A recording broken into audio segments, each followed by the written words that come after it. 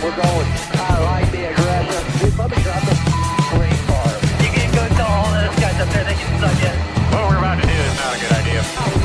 All good. What is he doing? You gotta be kidding me. Half the pack is flying apart. It's so nice to see at the line. Oh, pack of cars come piling in as well. Go. Come in the white. Hello. Come back on him. That was incredible. Dude, nobody better. Nobody. Hell yeah, guys. You know, we like to be very punctual on this show, and we see those late comments, but for the first time, I think in a long time, we got like actual data for how late we were from Lightning 8800 or 8800. What is it? 3/1000ths of a second. Have you ever? It's I a was trying to do my Larry new Mack voice. track record. Yeah, and on a brand new computer. I got to show that really quick, and then we're going to jump right on into talking about the race. Yes, I do have a new computer I'm streaming on for the first time in like 5 years. And let me see if I might have to like put myself on the big one here. Let me see. There's Eric. There's me. Here it is. Golly, did you take a baseball bat to that thing? This is what over 1,000 streams, heat, and also working on every single video will do. The mouse pad too. Upgrade their freaking computer. Ooh, I finally bit the bullet and did it. I finally got that new computer. it's an investment. Yes, but this one, the thing is Rissa asked me the question. She goes, "How are you going to dispose of it properly?" And I'm like, leave it in a spare dumpster. And then I realized like I have like all of my memes and stuff on here so it can get traced back to me. Hang it on your wall, mount it like a trophy. I might frame it and put it next to my perfect attendance frame. Turn it into a modern art piece. Dismantle it and piece it back together. That gave me a great idea.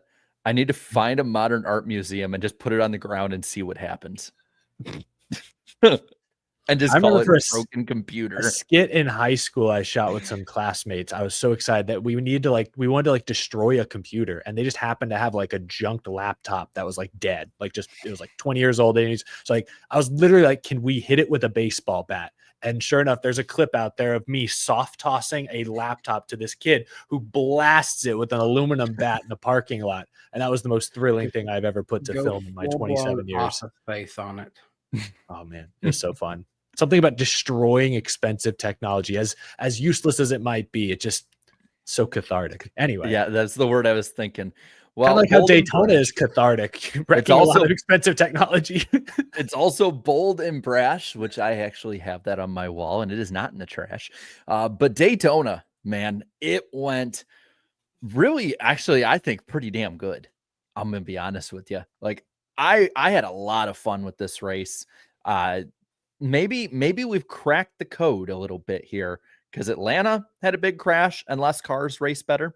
Daytona had a few crashes, less cars raced better. Mhm. Maybe Talladega. Maybe we just need to have somebody just like sitting outside of turn 2 and just they shoot out one of the tires of someone and cause a big crash, and then we'll have less cars and better racing. I don't Danny- think there's a need for that. There's going to be someone that makes a bad block and will take care of that for us.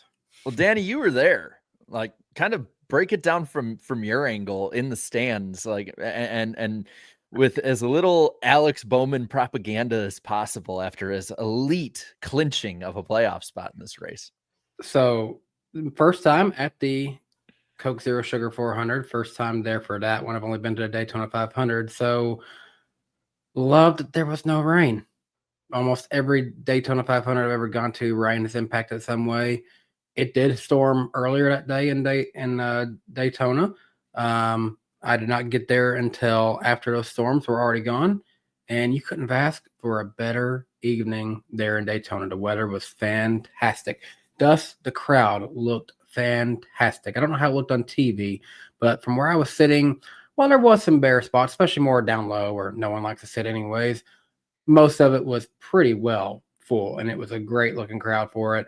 And they were so into it. Like I know you probably saw some clips of when Logano spun out and you heard the crowd I don't think the TV did it justice of how loud the cheers really were when he had crashed out. Ultimately, not a good day for me because I put it out there. I really wanted to go to the race and see my favorite driver win, and I did not. Jarrett, you can't count that prediction wrong just yet. I will be at Bristol. I did not put it down. I was almost going to ask for that specific reason, and I'm like, there's Bristol coming up. Maybe get invited to a race or something, last second trip. So like, I'm not going to do that to you just yet on it. And knock on wood, it does happen for you. Eric, Watch it probably will be Bristol when I'm going as media. I will be behaving myself. Claudia won't even be with me. It's probably going to be that one when it just randomly happens. you just got to have someone there like Peter, just like beside you, and just pan over to you, and you just go. I'll be like holding back tears. It's gonna be like, so those Vols doing right now. Well, Eric, I want this way. This way is Eric. Eric, I want to know your thoughts on this Daytona race in general, and then kind of like going into the 4-wide finish with Ryan Blaney getting the win. Yeah, no, you said it. This was a very good Daytona race, probably the best start to finish Daytona race in the Gen 7 era. I thought, yes, there was fuel strategy, fuel savings, but because of how the cautions fell and when things timed out, rather than 70% of the race being fuel saving and 30% go for it, it was kind of flipped. It was like 70% go for it. And I thought the end of stage 2 was phenomenal action as well. It was 70% go for it, only about 30% fuel saving, which a little bit of fuel savings fine. Like I've said in the past, it's nice that there's something at Daytona the drivers can control, and that is how much fuel they save. But whether it was the varied tire strategy in stage 2 that produced some good action, was it simply the slightly smaller field like we saw at Atlanta?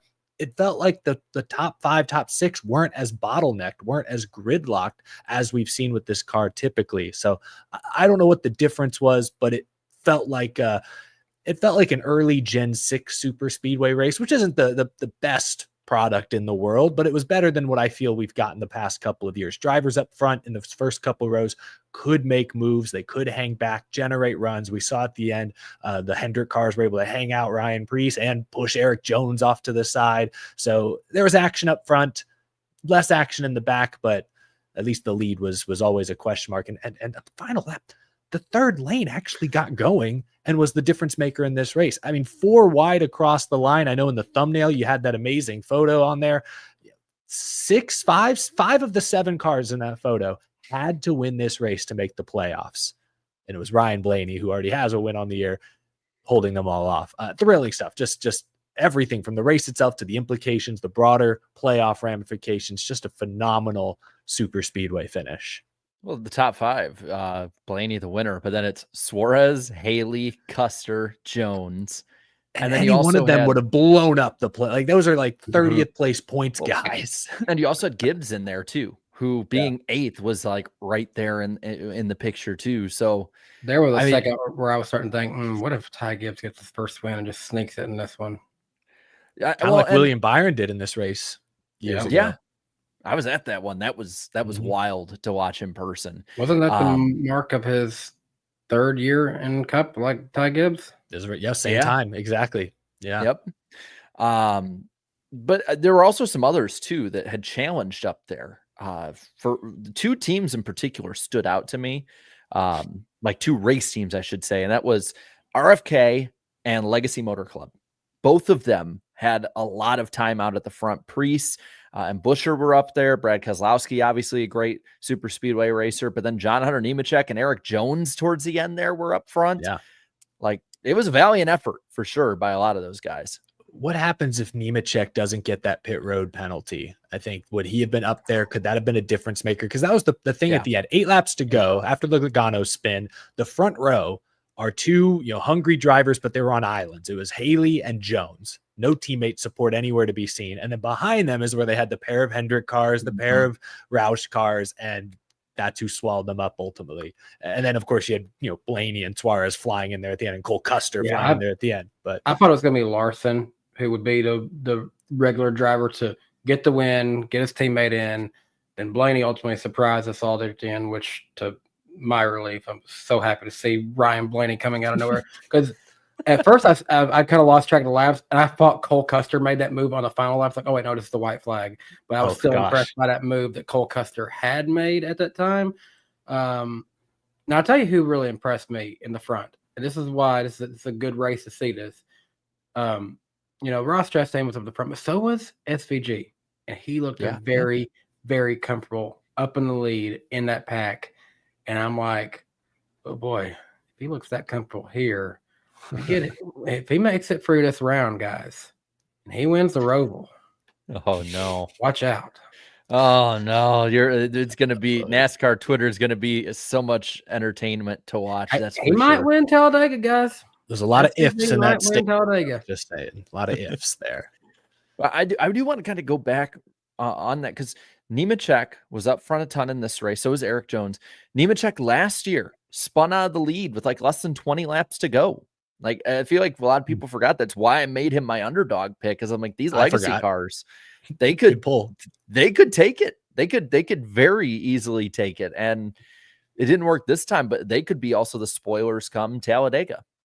What I did love though is Cole Custer aside, although he was side by side for the win in the Daytona 500 earlier this year, but like Eric Jones, he's won at Daytona twice. If you include the Clash that 1 year, I've said he's one of the most underrated super speedway guys. And Justin Haley, there's a reason Kaulig put him back in that 11 this week. He's got 4 career super speedway Xfinity wins.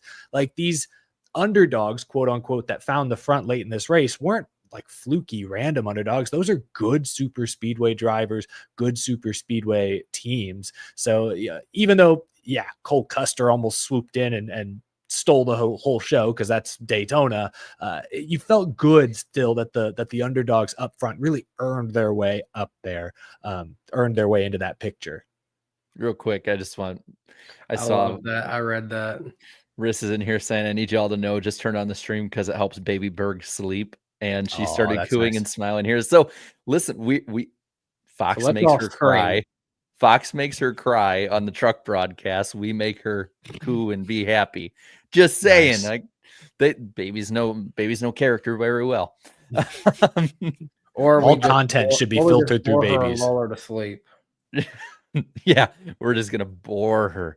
So we kind of talked about it with you, Danny, on your personal aspect of this, but kind of go into the big crux of the points issue during this night for the first stage until everyone of the 2 drivers in the point side were out. Like, we were looking at it being like that battle between Reddick and Bowman. It might have been a little difficult with the points. Bowman gets crashed. Reddick is also involved too in separate crashes. And ultimately both make it in. If Reddick's situation had been a little bit worse, had he hit that wall any harder, I think Bowman should have just dropped to the back and not did anything. It's tough because Bowman still needed to get some stage points, I think, because I think he was like basically 30 points behind. That's 30 positions on track. Even if Reddick finishes 36th, Bowman has to finish 6th or better. And that's a tall ask at Daytona. So I didn't think Bowman was in the wrong for being up there in that mix. Certainly it turned out to be the wrong place, wrong time. But I thought Reddick getting tight and getting into Todd Gillen and spinning out early, like that was such a shock to me. 15, 16 laps in, and the guy who we all thought was safe the past few months is on that edge. That had the potential to be a really dramatic storyline that was sort of upended by the big one not long later.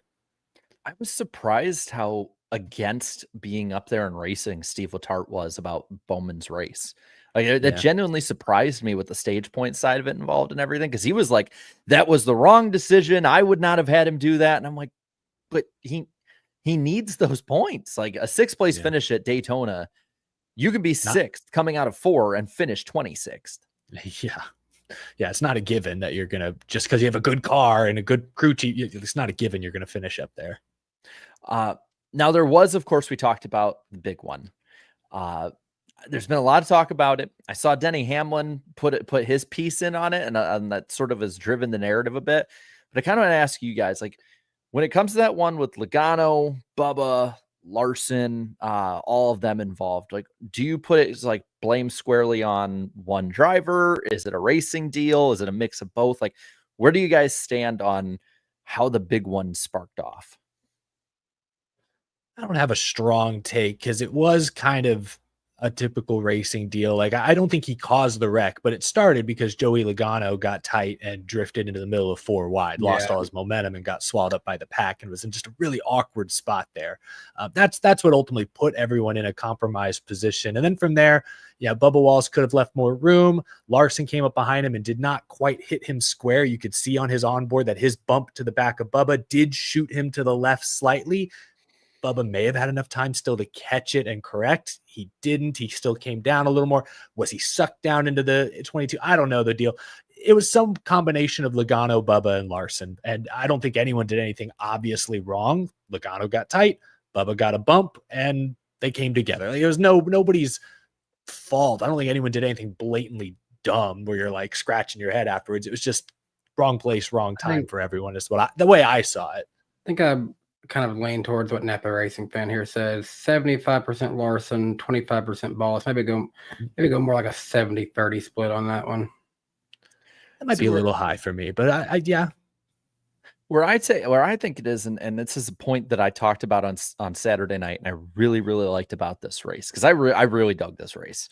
I had a lot of fun with it. A lot of people said they thought it was better last year than this year. I disagree personally. I think that maybe the finish.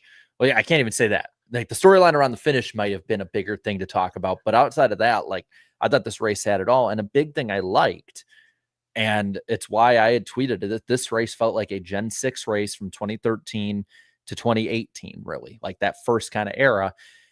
Part of it is that back then too, handling did matter. And then growing up, when we watched Daytona, when it was old and bumpy, handling mattered. And I think that snuck up on a lot of these guys. And you saw Logano go up the track a little bit and save it. And to me, because I went back and actually watched, I think 2005, I want to say it was, and they had a similar accident, and it was very bumpy back then, just like it is becoming now. So I kind of put it more on a racing deal personally, where I think that, like, you have one guy drift up, which makes everybody close. Bump has it at the wrong point on Bubba from Larson. I don't really put it on anybody because, what's Logano supposed to do? Just let his car go up the track and wreck anyway? What's Bubba supposed to do? Like, if he doesn't know someone's down there because the spotter said it, like, is he supposed to move up for no reason? Larson's going to push really hard. So, like, I really, it's such a cop-out answer, it feels like, for me, because I like having very strong opinions, but I felt like pretty much all of the incidents were just handling and racing deals to me. Yeah, I agree on that one. And I agree also on the Logano spin from the lead. Like, yes, Eric Jones was up his rear bumper about as close as you could get. But if you look at the replay, it almost felt like Joey, something happened and he drifted up a lane higher than he meant to. And I almost wonder if trying to get back down in front of the lane he was leading, if that movement of coming down quickly, turning the wheel a little more sharply, got his car even lighter on exit, and that's what led to him spinning. That combined with he had Jones right on his bumper. There was no contact, it seemed, but that seemed to send Logano around. Another deal where it's like, I don't think anyone did anything wrong, just handling at Daytona is starting to matter again, like you said. And he was the dominant one too. Go for it. Real quick, when Logano spun out, he kind of got it slowed down pretty good. Why did he not go into the pits instead of going into the grass? So my theory was that it was the flat tires, but then when on Door Bumper Clear, they talked about how NASCAR actually was not very happy with how that went, and like, we're questioning it. Then I was like, okay, now I have to question a little bit, because in the moment, like, I saw everyone in my chat and I saw people on Twitter who are like, he did that on purpose. And I was like, oh, I want to see, like, some more people who have the information talk about it. So I have to admit, like, I questioned it in the moment, but I was like, I didn't want to. That's the situation I question most. I'll give Hamlin a pass for him nearly trying to LePage the entire field because it seemed like he legit couldn't turn well. I don't know. I think Logano probably pointed it at the grass, but here's the reason I didn't make a big deal out of it is he still lost a lap. Like, he got stuck in the grass and wound up going a lap down anyways. And I'm not sure. Yeah. Cause that was the last caution. He never got that lap back. So I don't know where he finished, probably outside the top 20 somewhere. 7th, I think. Yeah. So at the end of the day, the punishment fit the crime at the end of the day. That's why I didn't But yeah, he probably could have turned on the pit road and chose not to. Props to BJ McLeod. He had something similar to Hamlin. He hit the wall pretty hard, got messed up, and he actually got down and went to that opening in the back straightaway that no one had to worry about him. Classic. Yeah, and that's why everybody in NASCAR likes BJ. Everyone loves BJ McLeod. I mean, literally, that's everyone why in he's so NASCAR well is going to the Pigeon Forge Racing Coaster in the off season, as they should, as they should. Well, we've kind of beat around the bush a little bit with this, and it's been the big talking point heading in. Today was media day for it. The NASCAR playoff field is set now in the Cup Series, and it is reading as such. So, and I have to say too, before even reading into it, for those who are listening, I believe 31 points separating the full field is far and away the closest it's ever been. I mean, last year I know Larson, I think, had a 36 or 38 point lead at this stage. So yeah, I mean, this is the first place guy certainly has less of an advantage than most years. So it's Larson and Byron plus 26, then Denny plus 23, Blaney plus 20, Bell plus 17, SVG plus 16, Chase Elliott plus 7, Briscoe plus 4, then Bubba and Cindric plus 2, Ross and Joey currently heading in plus 1 over Josh Berry and Tyler Reddick, minus 2 back to Austin Dillon. And then 16th, only minus 5 back is Alex Bowman. So this is an interesting group. I feel like I want to say this early. I feel like 2 in that top 12 don't advance, and I feel like 2 on the outside can make it. I'll say this about your boy, Danny. I think he gets to the round of 12 at the very least. He's never not made it when he's made the playoffs. Good point. I'm also looking at, well, I will say this. Here's one stat that works against him. Since 2017, when playoff points and stages first became a thing, since 2017, the 16 seed has never gotten past the round of 12. I think the closest was Bubba Wallace a couple of years ago in the drivers' playoffs. He was a 16 seed, got to the round of 12, and remember he almost won that Texas race that would have gotten him into the round of 8. And I think he's still not even that bad to be, honestly. And if I recall, he still was close to making it in on points even after that. So I would say Alex Bowman has as good a shot as any 16 seed I can remember of getting to the round of 8, just because he's a top 10 machine the past few weeks. We'll see if that continues, but I'll give Bowman some life. I think he's got some hope. Bowman is one of the people I have in mind that's going to make it. It's not currently in a top 12. The other person who I actually think can make it into that top 12 is Austin Dillon. Few years back, remember he was close to winning Darlington. This is not a bad track for him. Kyle Busch was contending to win it a year ago. Similar equipment, get Austin Dillon that same setup. Good for him. He just got the win at Richmond. We're going to a flat track and Worldwide Technology Raceway, and Bristol could also be good for him. I like Austin Dillon in these next 3 tracks, honestly. I wish I shared your optimism. I think I also have 2 guys from below the cut line making it out of this round. Bowman is one. I would give the other to Reddick because as good as he seems like the obvious one, but I like the way these 3 tracks are for Dillon. And I think that's fair, but Tyler Reddick at Darlington he legit might win that race. I don't feel that way about. Look, we've also seen him crash though. We expected him to win. Sure, he was top 5, I think, at Gateway last year as well. Reddick was. So I feel better about Reddick. That's just me. Well, so I'll say I think this year is going to be an outlier with trends because how close it is, and I think a lot of that has to do partially with the SVG effect. You don't know how different guys would have raced. That takes away a lot of points that we usually would see those top guys accrue. I mean, Bell, for instance, Watkins Glen right there. For sure. But I mean, if you guys are down, I don't know if you guys have written it down or have it on. If you guys want to go through and I don't know if we want to do round by round or just final 4 and picks like that. Let's just do championship 4 for now. Okay. Yeah. I haven't finalized my full playoff grid. I'm working on that for later this week, but I can give you a good rough draft for now of what I'm leaning towards. I mean, I'll lead us off. My final 4, and then I'll tell you who my championship pick is after. My final 4 is William Byron, Ryan Blaney, Denny Hamlin, Chase Briscoe. That's a really solid one. That's where I've been leaning to. So I'm not sure I trust Larson to be consistent enough. I think there's a good chance he has a slip up race in every round, and plus 26 isn't a big enough cushion to get him through. I like Byron. I like the consistency. I think Ryan Blaney has been so fast all year. Only recently is he now consistently getting the results. I like that. Chase Briscoe is a fun dark horse pick. Mm-hmm. I don't want to copy you, but I like Byron, Hamlin, Blaney making it. My fourth pick is probably another Gibbs car. It's between Briscoe and Bell. Man, New Hampshire's in the playoffs this year. That's an automatic win for Bell. So I got to give him a few more playoff points right there. Again, whoever brings Speed to Gateway, watch out for them. You at got New Hampshire, so. Talladega, man. That could That's be the problem. That's the problem is Talladega in that round of 8 means like if really Ross think anything's Chastain gets the possible round of 8, if- he could make it, you know? If SVG doesn't go out in this round, I think anything's possible for him. SVG's not. I could make that one of my predictions for later if we want. I'll stamp it right now. SVG's not going to the championship 4. I think it'd be amazing if he gets to the round of 8 somehow, some way, but he's not getting to the championship. I expect him in the round of 8. I really do. As long as he doesn't go out this one, I think he might. For now, because I want to go slightly different than Jared, I will go Blaney, Byron, Hamlin, Bell as my 4.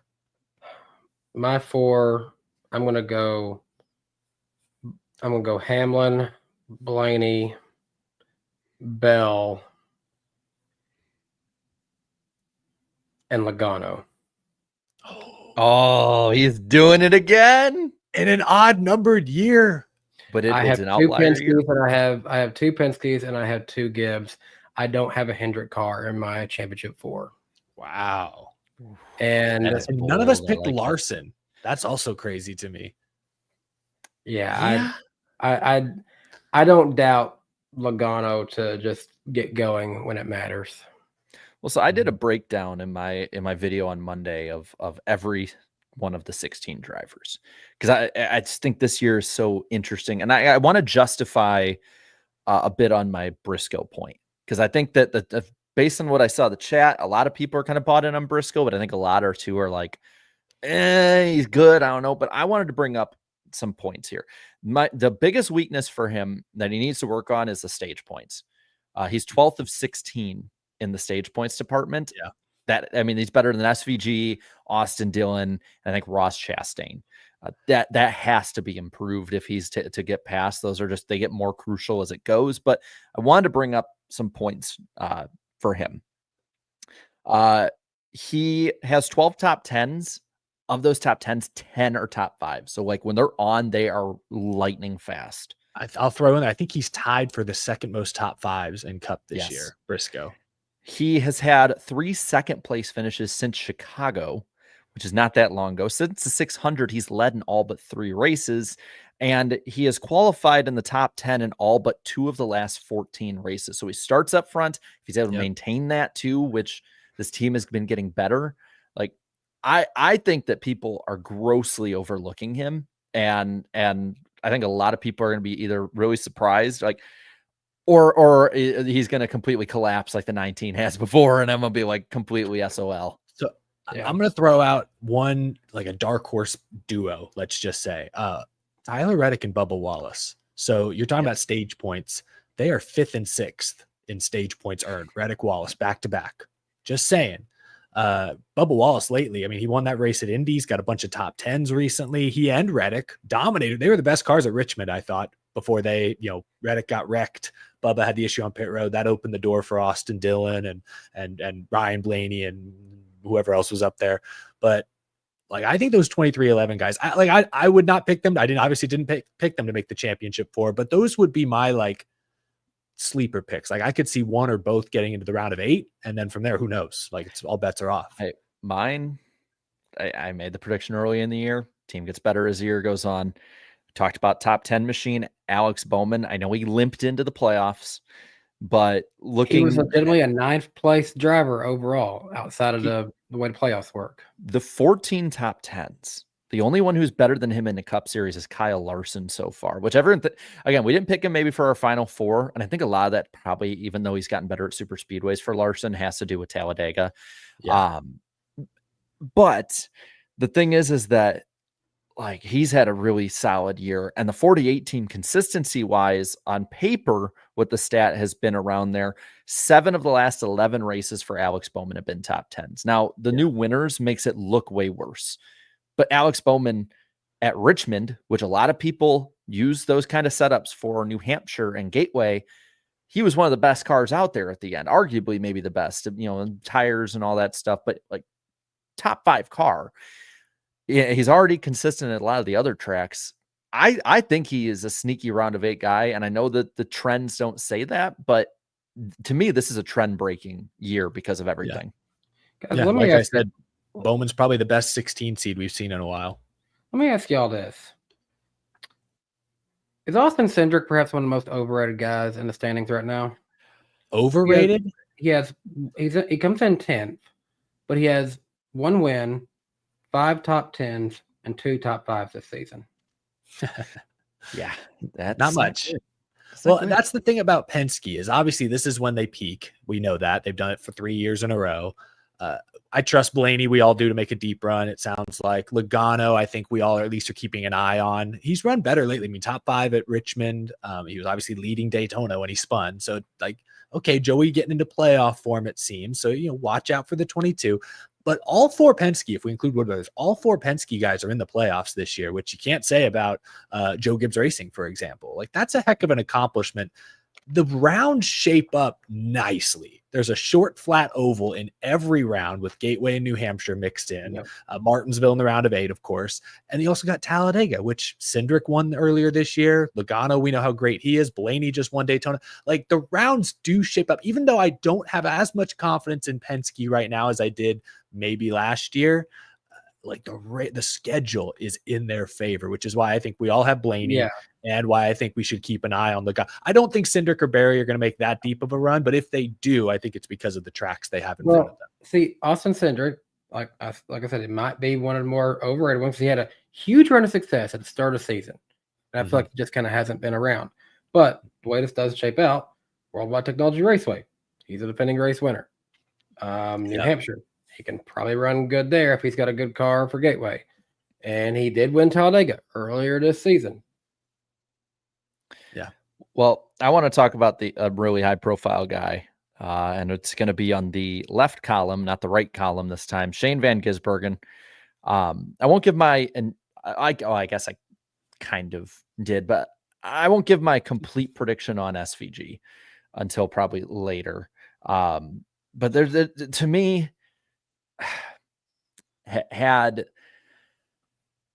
he had a bigger gap, had he run better at some tracks that weren't road courses and gotten stage points, wins, stuff like that, I'd feel better about him. But plus 16, can you really tell me, looking at this, that Chase Elliott, Chase Briscoe, Bubba Wallace, Austin Cindric, Ross Chastain, Joey Logano can't score 15 or less more points than SVG in the next 3 races? Can you tell me that Reddick and Bowman and Barry, and I would even argue Austin Dillon, can't score more than 16 to 21 more than him? It's so close, and that's like going to be a lot of fun for competitive drivers at ovals. But yeah, I looked into the stats on him, and it's going to be a tough hill to climb. 25.7 average finish on non-road course races. That goes to a 26th when you take out the super speedways. He was 38th at Bristol. Didn't really run that much better than that before going out of the race. 20th at Darlington. I think, everyone's been saying he has to top 20 his way in. Just get in the top 20. I think with how close it is, I think he has to top 15 it. I agree. No, I agree with what you just said. And so spoiler, I don't have Shane Van Gisbergen getting out of the first round. I think it'd be a great story and add a lot of tension to the round of 12. But to your point, 16-point gap, he could lose half of that in a stage. I mean, it's exactly. But I'll give him, here's the hope. Here's the hope I have for the SVG bros out there. He's going back to Darlington for his 2nd time in a cup car. It'll be like his 3rd or 4th time total. He's going back to Bristol for the 3rd or 4th time ever, 2nd time in a cup car. He's going back now to places for a 2nd time, has a notebook, has experience. He was 20th at Darlington. Maybe he can run top 15 this time, like he did at Richmond a couple weeks ago. Bristol's going to be tough. Bristol's a beast. Gateway, let me know, chat. I don't know if he's even been to St. Louis, Missouri before, or St. Louis, Illinois, wherever that track is. Because when he was in the Xfinity Series, they raced at Portland.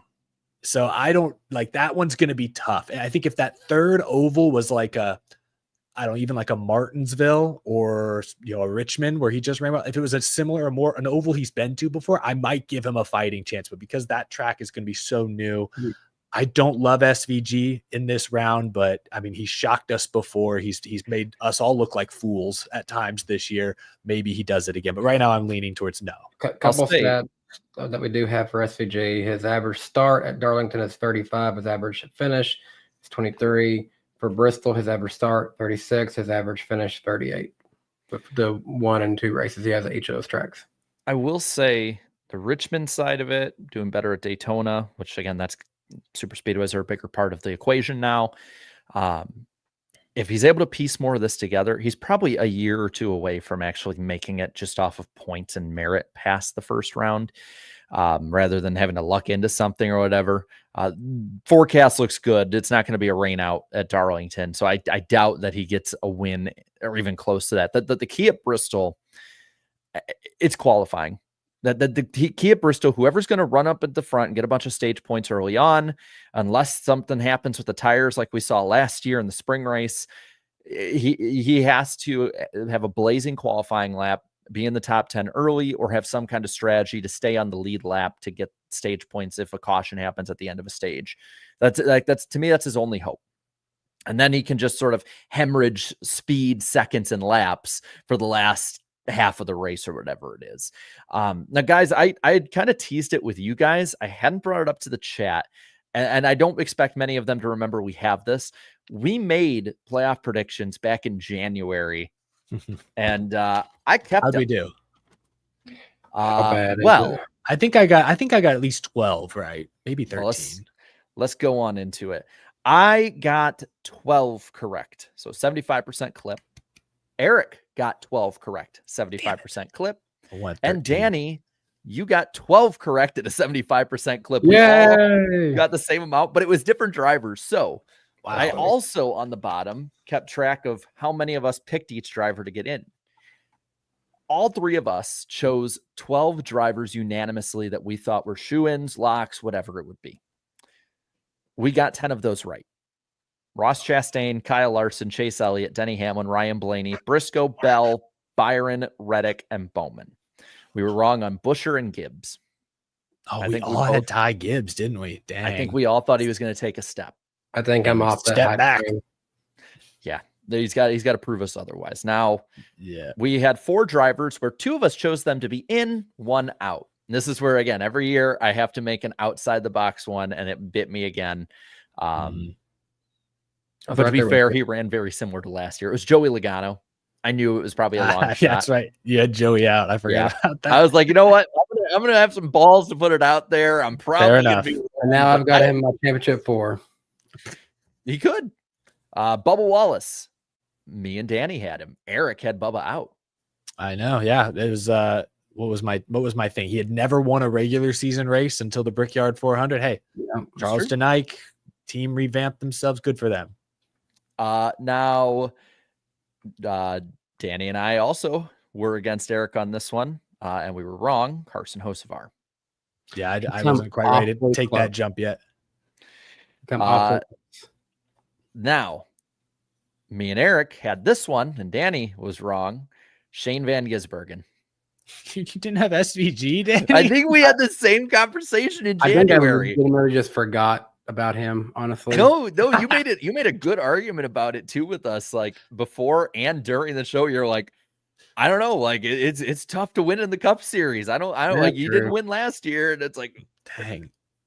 Now there were 4 drivers that only one of us had in and 2 of us had out. None of them made it. So Danny, you had Brad Keselowski. That was a rough go of it. I had Kyle Busch. Rough go of it. Eric had 2 of these drivers, Michael McDowell, I took some swings, and AJ Allmendinger. I guess you can laugh at me. I didn't expect SVG to gobble up all the road course wins. Clearly, I thought he'd leave a couple for these guys. Damn. And then there were 16 drivers that all 3 of us had out. I'll read the 13 off that didn't make it. We were correct on. Those were Graythen, Haley, Ty Dillon, Gilliland, Herp, Smith, Custer, Nemechek, Jones, Stenhouse, Ware, Preece, and Suarez. The 3 we were wrong on, the Austin Cindric, Austin Dillon, and Josh Berry. Yeah, wow. Hey, who says we Crazy. aren't accountable outside of the accountability session? We are, chat, let it be known, we are correct 75% of the time. I'd say that's Honestly, a decent ratio. To predict it before the season ever gets started and come out 75%, that's pretty solid. That's the thing is we make sure to do them, like we make sure to have them in. Usually we do it the second episode, but we make sure we have them in to me to make graphics and stuff for the week before. So like we have it in January before any storylines are there. So there was that. Now, ratings. Let's talk about the ratings really quick. It was a mixed bag. I'm just going to say it up at the top. Cup race was the lower end of the bag. 1.78 rating, 3.297 million viewers, down 9% in rating and 6% in viewers from last year. In total, mostly because of going to more cable and streaming, the Cup regular season was down 15% year over year. I feel like kind of TNT races is when that like hit really nosedived was TNT, and then the first couple of USA races on Saturday nights just not been great. It was very, very rough on that side of it. The Xfinity series, though, had nearly 1.1 million viewers, up 33% from 2024. I believe all but 1 or 2 Xfinity races have been over 1 million. And like one of those was like a race that got delayed 3 hours for rain. Yeah, something like that. It's been great numbers for that series. Maybe this is a bold statement here. I don't think it is, though. Between the Cup Series being on every other network and streaming service and then some, between IndyCar, who, they're on one network, but they can never string together like actual good network viewership. Like no offense to IndyCar, but like, and their viewership, but you should probably get more than 700K on Big Fox. You should beat truck races when they're on the same network. The Truck Series is an absolute mess in a lot of ways, and we've talked about, and I'll have a video soon about that. And then F1 going to Apple, and they have F1 TV, but that helps your big F1 fans not attract new ones. I would argue the Xfinity Series on one easy to access network. Now, granted, there's some problems in different areas. Really great racing. Drivers who show a lot of emotion and have a lot of storylines and race really hard and all of that. A really diverse schedule like NASCAR has in general. All of that stuff. I think the Xfinity Series is the most stable series in America right now on the big stage. Now, there might be other ones like on streaming services like Cars Tour and World of Outlaws and different things like that. But when it comes to stability, when it comes to more money coming in, when it comes to a lot of important factors, the Xfinity Series right now, I think, is in the most stable spot to grow in America right now for racing.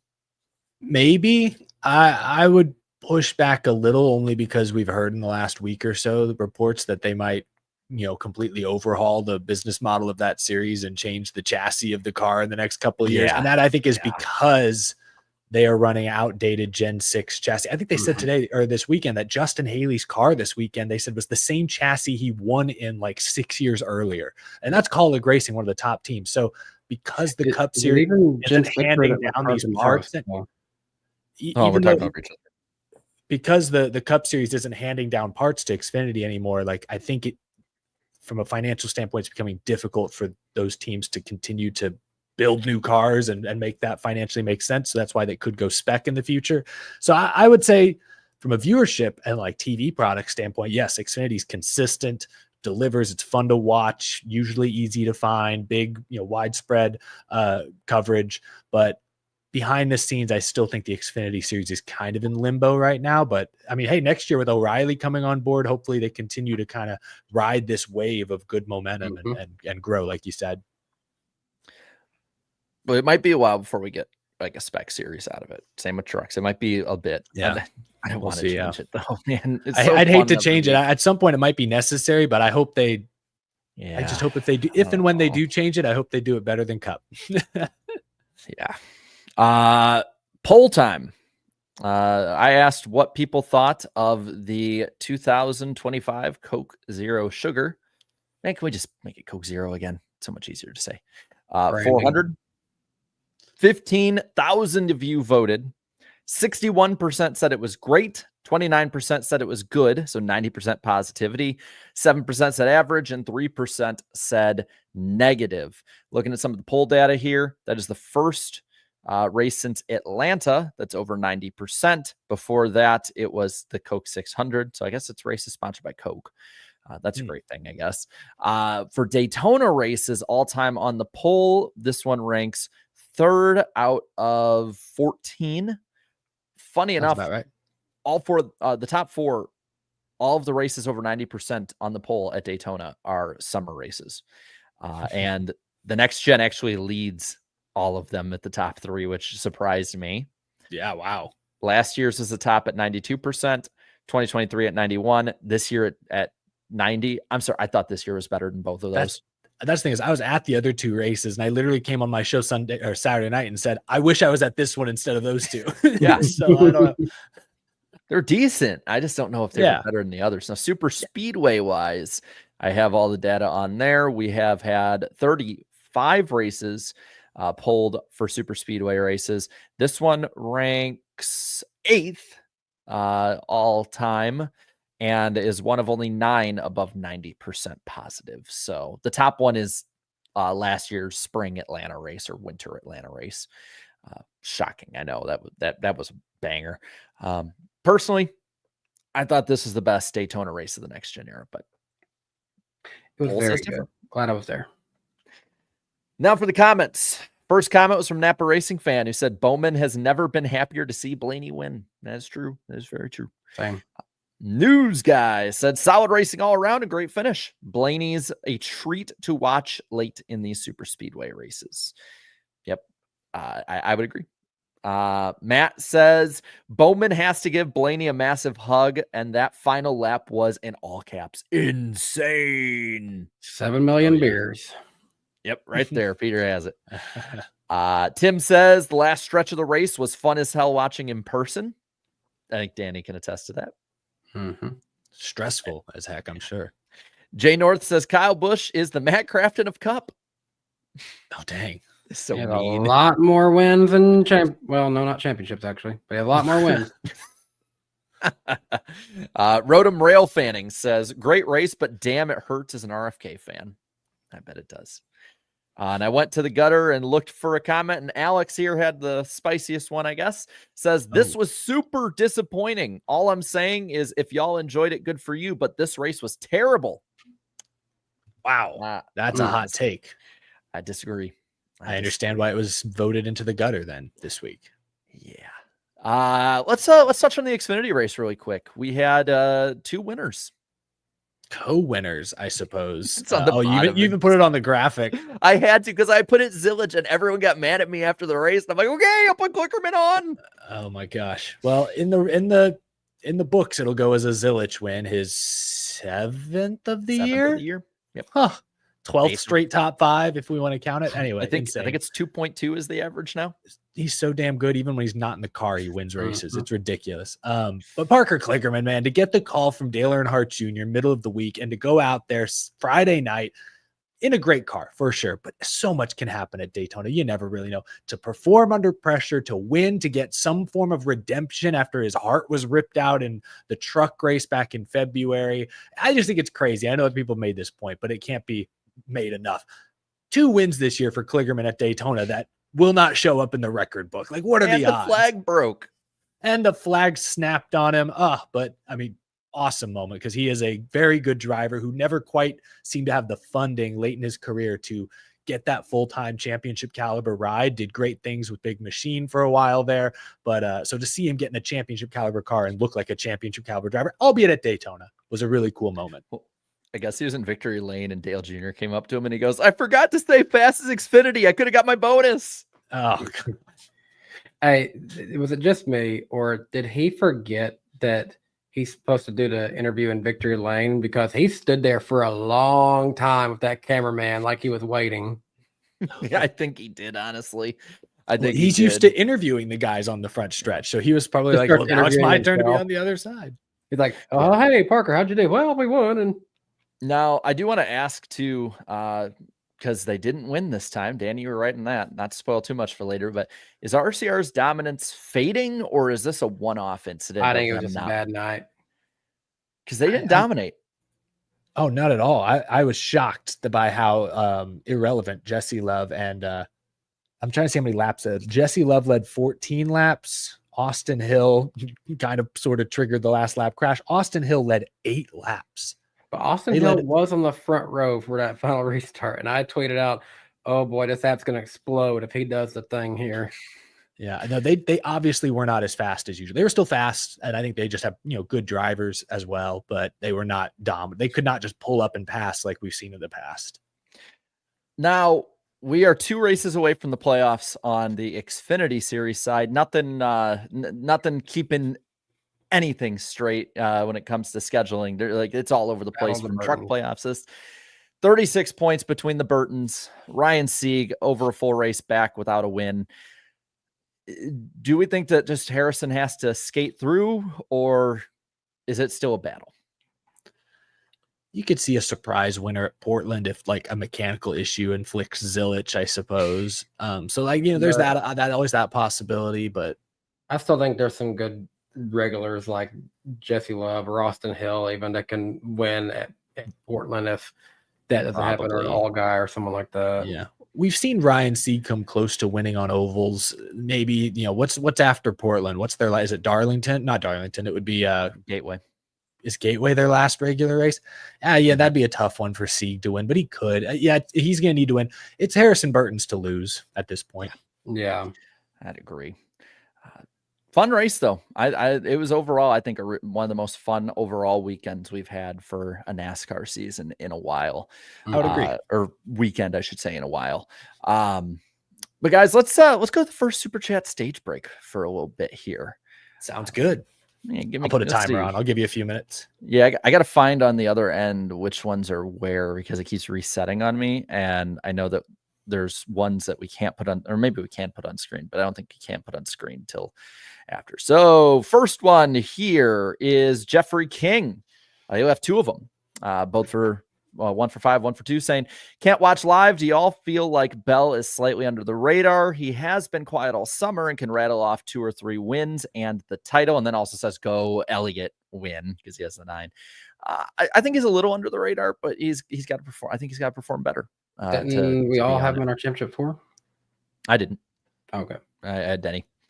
Isaac says, hey guys, going to my first race in 6 years this weekend at Portland. So excited. If I'm not in the chat next week, I was likely a victim of Hill's terrorism. Oh God. Damn. Well, have fun out there, Isaac, and be safe. And then I believe the next one's from Bailey, who is a 2-month member chatter. My playoff prediction, Briscoe gets to the final 4. We're on the same page. Now I think Pac fans next. Did you guys see Chase asked about the Chase sexuals? Yes, the hard-hitting questions that we all needed to know and ask. He looked uncomfortable. Roman numeral 3 says, I legit think Atlanta can only actually handle 20 to 25 cars in the draft max. Daytona, I think, is still big enough for a full field. I mean, that's the question, is like, will this continue with a full field next time? We'll see. 50-month member chat from Spencer. Damn, says Daytona, absolute cinema weekend. Snappy says, Saturday night, I make a wise ass joke. I guess we need 4 stages now. 3 days later, Dale Jr. is floating it. My sarcasm is too powerful. No, No. the super speedways paying more points than anywhere else besides Charlotte. Oh, I don't know about that. Nope. Let's see. John Berg saying Blaney spoils the spoilers. Yes, he does. He's a wing in a field of spoilers. Let's see. Zinthrath, I think is how you say it. I say this every week, but it means more in Darlington. Eric Jones will win this weekend. Lock it in. Put some money on it, man. They ain't rolling out of Chevy, though. He's got that Jones profile picture at Darlington. Justin Drake with the 20 here says, can just imagine Danny was butt puckered the entire race. Like, oh God, oh God. Haven't had a chance to finish editing my vlog, so when it comes out, y'all can watch the reactions. Oh, I'm excited. Let's do about 90 seconds more of these and we'll head into the lightning round. Hunter Nixon Fishing says, as much as I like Blaney, some of his fans are super annoying. Don't believe me.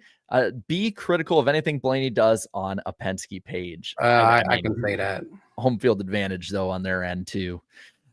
J-Man with the 5 says, Denny makes Jarrett look like a NASCAR shill with how negative he is. Not a hot take, but it is likely only one Ford in the round of 8 Blaney has carried Ford. Schedule, though, helps with the other ones, but it's going to be a tough trek. Yeah, Denny's been way more negative than even I'm kind of comfortable with. There's stuff I like, and I see Denny like, no, it's bad. And I'm like, well, he probably does have the big reason for why. If Penske doesn't get at least one in there, I think we'll all be shocked. Yeah. A couple more here. Justin says, average Logano, there's a 2-foot hole. Let me squeeze in there for no reason. Daytona moment. Dude. I love that that's just a thing now. It's one way to read it, I guess. Yeah. Napa Racing fan says, is Danny a Blaney fan for life now? No, but I am thankful for Blaney's services. Let's get 3 more here. Indy Carson saying, hey, NWP, I'm glad I attended the best IndyCar race of the year in Milwaukee. Pelot got beat by a first-time winner. I didn't get to see David land. Oh, man. David, what are you doing, man? 2 more here. Glad you had fun.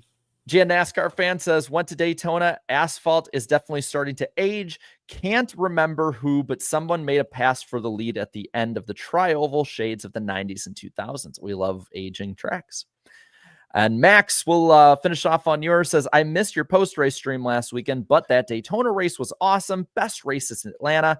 I also saw an Insta post where it said RFK is the most overrated team in the decade. I disagree with that personally. Wow. Man, RFK from to go back 5 years and be like, would RFK racing be overrated? Like that, I would be so confused. That's crazy talk. That's fighting wild for Eric.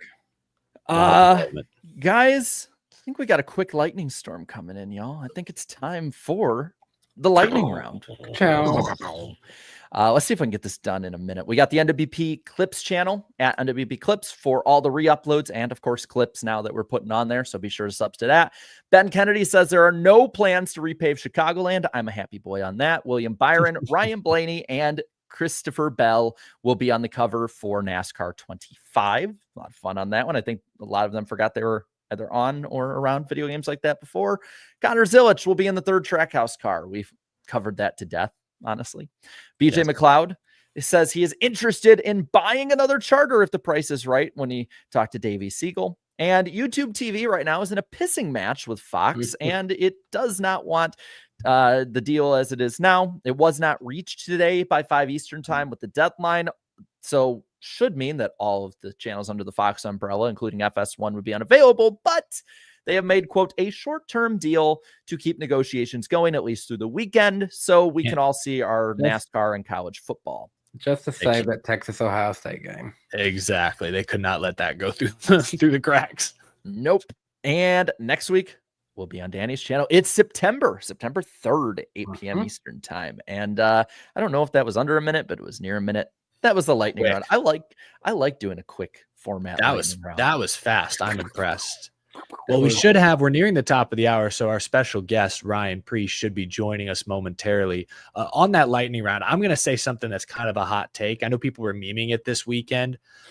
All due respect and credit to whoever designed it. It's not a bad video game cover, but I was not impressed with the NASCAR 25 game cover. I don't know. It didn't it did not jump off the shelf to me. I don't know. I wanted to see the cars like in action instead of just kind of like posed there. I don't know.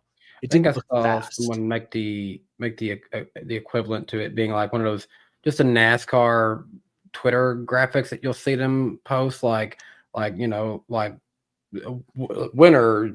William Byron this week, something like that. It's kind of what it looked like.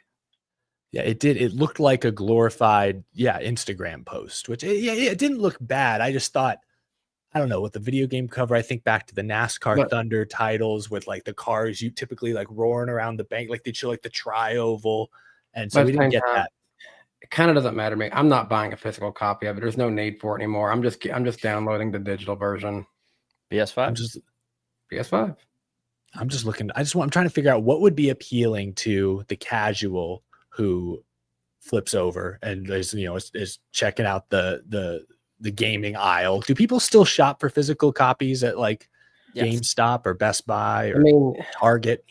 see, I used to, but the last physical copy of a game I bought was College Football 25. I didn't get the physical for the next one, but I don't know. I just don't see a need for it.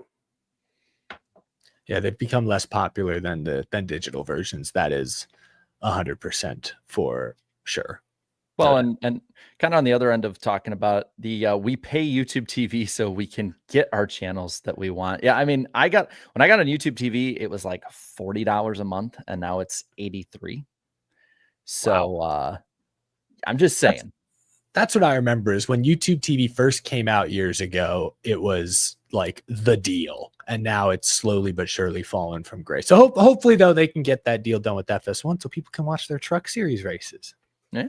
Well, there'll be plenty of races to watch this weekend, and one of which will have our special guest on it, and that is Ryan Preece. Ryan, welcome to the show. What's going on? How we doing? Pretty good. Man. Yeah. Sorry, Yeah, I had nice. I had to use doing my a thing phone. for me I was where I trying to don't figure hear out what was that. Oh, Danny's just making sure I got your mic set up good. So we're all good. We can hear you. All right, perfect. Yeah, sorry, I had to use my cell phone because my laptop, for some reason, when I logged in, it didn't understand or wasn't figuring out the camera. So yeah, thanks for having me on. Yeah, it's good to have you on. I mean, I think one of the big things that because the chat's going nuts right now, we can actually put their comments on the screen for you too. So so they're cool. all What's up, guys? they're spamming 60s too, by the way. That's funny. So Love it. kind of going into it, one of the things that I wanted to really hear from you on is going into this season, going to RFK, and it's been a career year so far for you. Can you kind of like walk me through like how is the experience of the way this season has played out so far and the speed through the year? How has that kind of been from your perspective? Well, from my perspective, everything I've ever raced, I've been competitive in. I haven't been a guy that's been getting lapped. I've been winning races. I've been doing all those things. And for me, I would say from a cup career perspective, there was a lot of frustration. Because 2016, when that season was over, I moved back to Connecticut because I had no interest in racing for 20th. Like, I wouldn't race if that was the case. I wasn't making a living doing it or that great of a living. And the reason I raced was to try and win. So fast forward to the cup side, it was kind of that same type of feel where, we're running 30th to 25th, less than ideal. And as a race car driver, the last thing you want to hear in stage one is leaders are half straightaway back when you get all you can.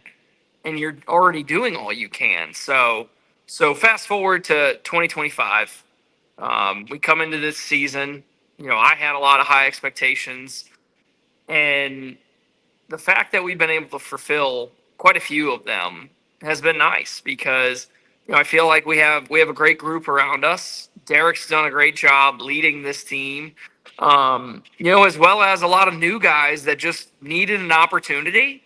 Similar to what I felt like I needed, and it's all gelled really well. It's honestly created this team atmosphere that sometimes some people don't ever experience. So, outside of winning and making the playoffs, honestly, I've been extremely not surprised, but just grateful that this team has turned out to be what it has. And I feel like we've put ourselves in position to win a couple super speedways, which I was pretty proud of. And I owe a lot of credit to Brad, because when it comes to planning, pre-race planning, I feel like he's got a really strong work ethic. And, if you give me that roadmap of what I need to be successful, I'm going to follow it. So that's been nice. And yeah, it's been a lot of fun to be a part of RFK, not only from the driving side, but also the social side and all aspects. So for our listening audience, obviously can't see this, but for the folks in the YouTube chat, where are you calling into the show from tonight, Ryan? My garage. Yeah. Wow. So my race shop typically, it's a lot harder now that I have, we have a 2-year-old and we have a son on the way. And, typically when I get home from RFK, I'll come out here for a few hours. And, sometimes when we put Rebecca down, I'll come out here as well. So this is, some race car drivers like to play golf. I like to work on race cars. This is my thing. I like it. I love it. Well, we got to ask, we were just talking about Daytona, obviously, and that hectic, frantic finish down the stretch. So, I want to ask about your perspective. What was going through your mind there? 8 laps to go. You restart. I think you restarted third with Busher behind you. You're behind the front row there. You made a couple of moves. Some worked, some didn't. Take us through those final laps. What was the strategy? What was going through your mind trying to win that race Saturday night? Yeah, I mean, the goal is always to have your teammate around you, right? And having Chris behind me, that was accomplishing that goal. The next goal was to try and get to the front row.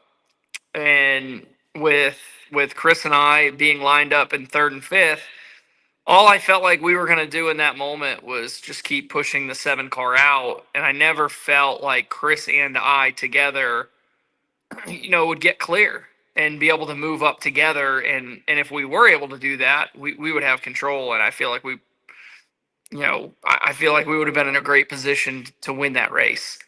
So then when that moment happened off of turn 2, where the 43 kind of lost momentum and the 5 was right there, I got clear. I know Chris didn't, but those are the opportunities that you feel like as a race car driver on super speedways you have to take in order to take control of that win, right? And I was moving up in front of the 43 at the time. As soon as I moved up, it wasn't a split second later that the 43 got a big shove from the 5. It moved him out of the way, and now I had 2 Hendrick cars lined up behind me with Christopher Bell and then another Hendrick car. So that was something that, in the moment I was controlling the lane and I was just kind of taking care. I felt like I didn't see the entire picture, and honestly, my spotter did a great job doing everything, communicating everything to me, Brandon. But it was inevitable. I went back and, as you guys know, you can stream HBO Max and listen to everything that we're saying. Mhm. And I went back and I listened to all the audio that was being said. And even if I think we knew that they were going to split at top of 3 and they had 4 rows of cars to successfully do that, even if I blocked it, they would have went low. So it was just, it was unfortunate. I really don't think if I stayed down that we would have been in position to win, just because the 7, I mean, if he's pretty good at super speedway racing, I mean, he's won a few Xfinity ones, right? And he wasn't going to come off the bottom, especially with 2 Fords tied up behind him. So, yeah, I don't know, outside of playing Monday morning quarterback, of what I would have done different in the moment. Yeah. Well, I that what you said there about, because when I watched it live, I was watching you in the 17 on the inside, and I was paying really close attention to what y'all were doing, how you would, because you were kind of boxed in on that inside lane, like you're saying, not a lot of options. When you got clear, I didn't think about the fact that in that moment you thought you were getting in front of Eric Jones. You didn't think about the fact that you're gonna have those Hendrick guys right on your rear bumper, because that puts you in a really vulnerable position. So yeah, I guess just bad timing, unfortunately, but I guess that kind of stuff happens. Danny, I know you had a question for Ryan. I'll let you go next. Yeah, well, first of all, I just had to follow up on Eric's question about your garage area. 2 things. 1, when and where are you driving that car behind you? And 2, what is the backstory of all the mini 41 side panels we see up behind you? Oh yeah. So yeah, the super late model behind me, I'm planning on going to the Snowball Derby with in the beginning of December. So I actually picked that car up in January earlier this year. with the intentions to spend the entire year building it. Obviously it's got a motor in there right now, and I've kind of been piecing it together throughout the year whenever I have time, and it's kind of like a way for me when I come into my shop.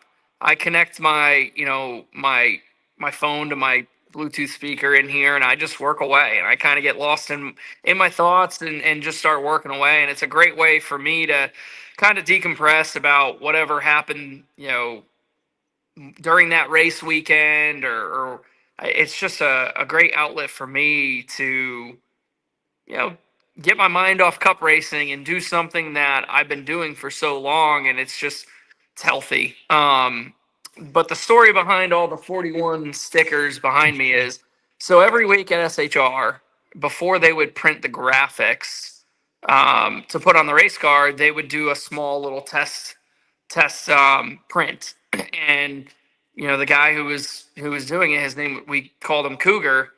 He would give me them, so I stuck them up. Those are some of my favorite schemes that we had throughout the 2024 season or 2023 season. And I'm missing a couple of them, but it was just it was fun. We had a great relationship over there. Me, Chad, a bunch of the guys. They were fun to work with.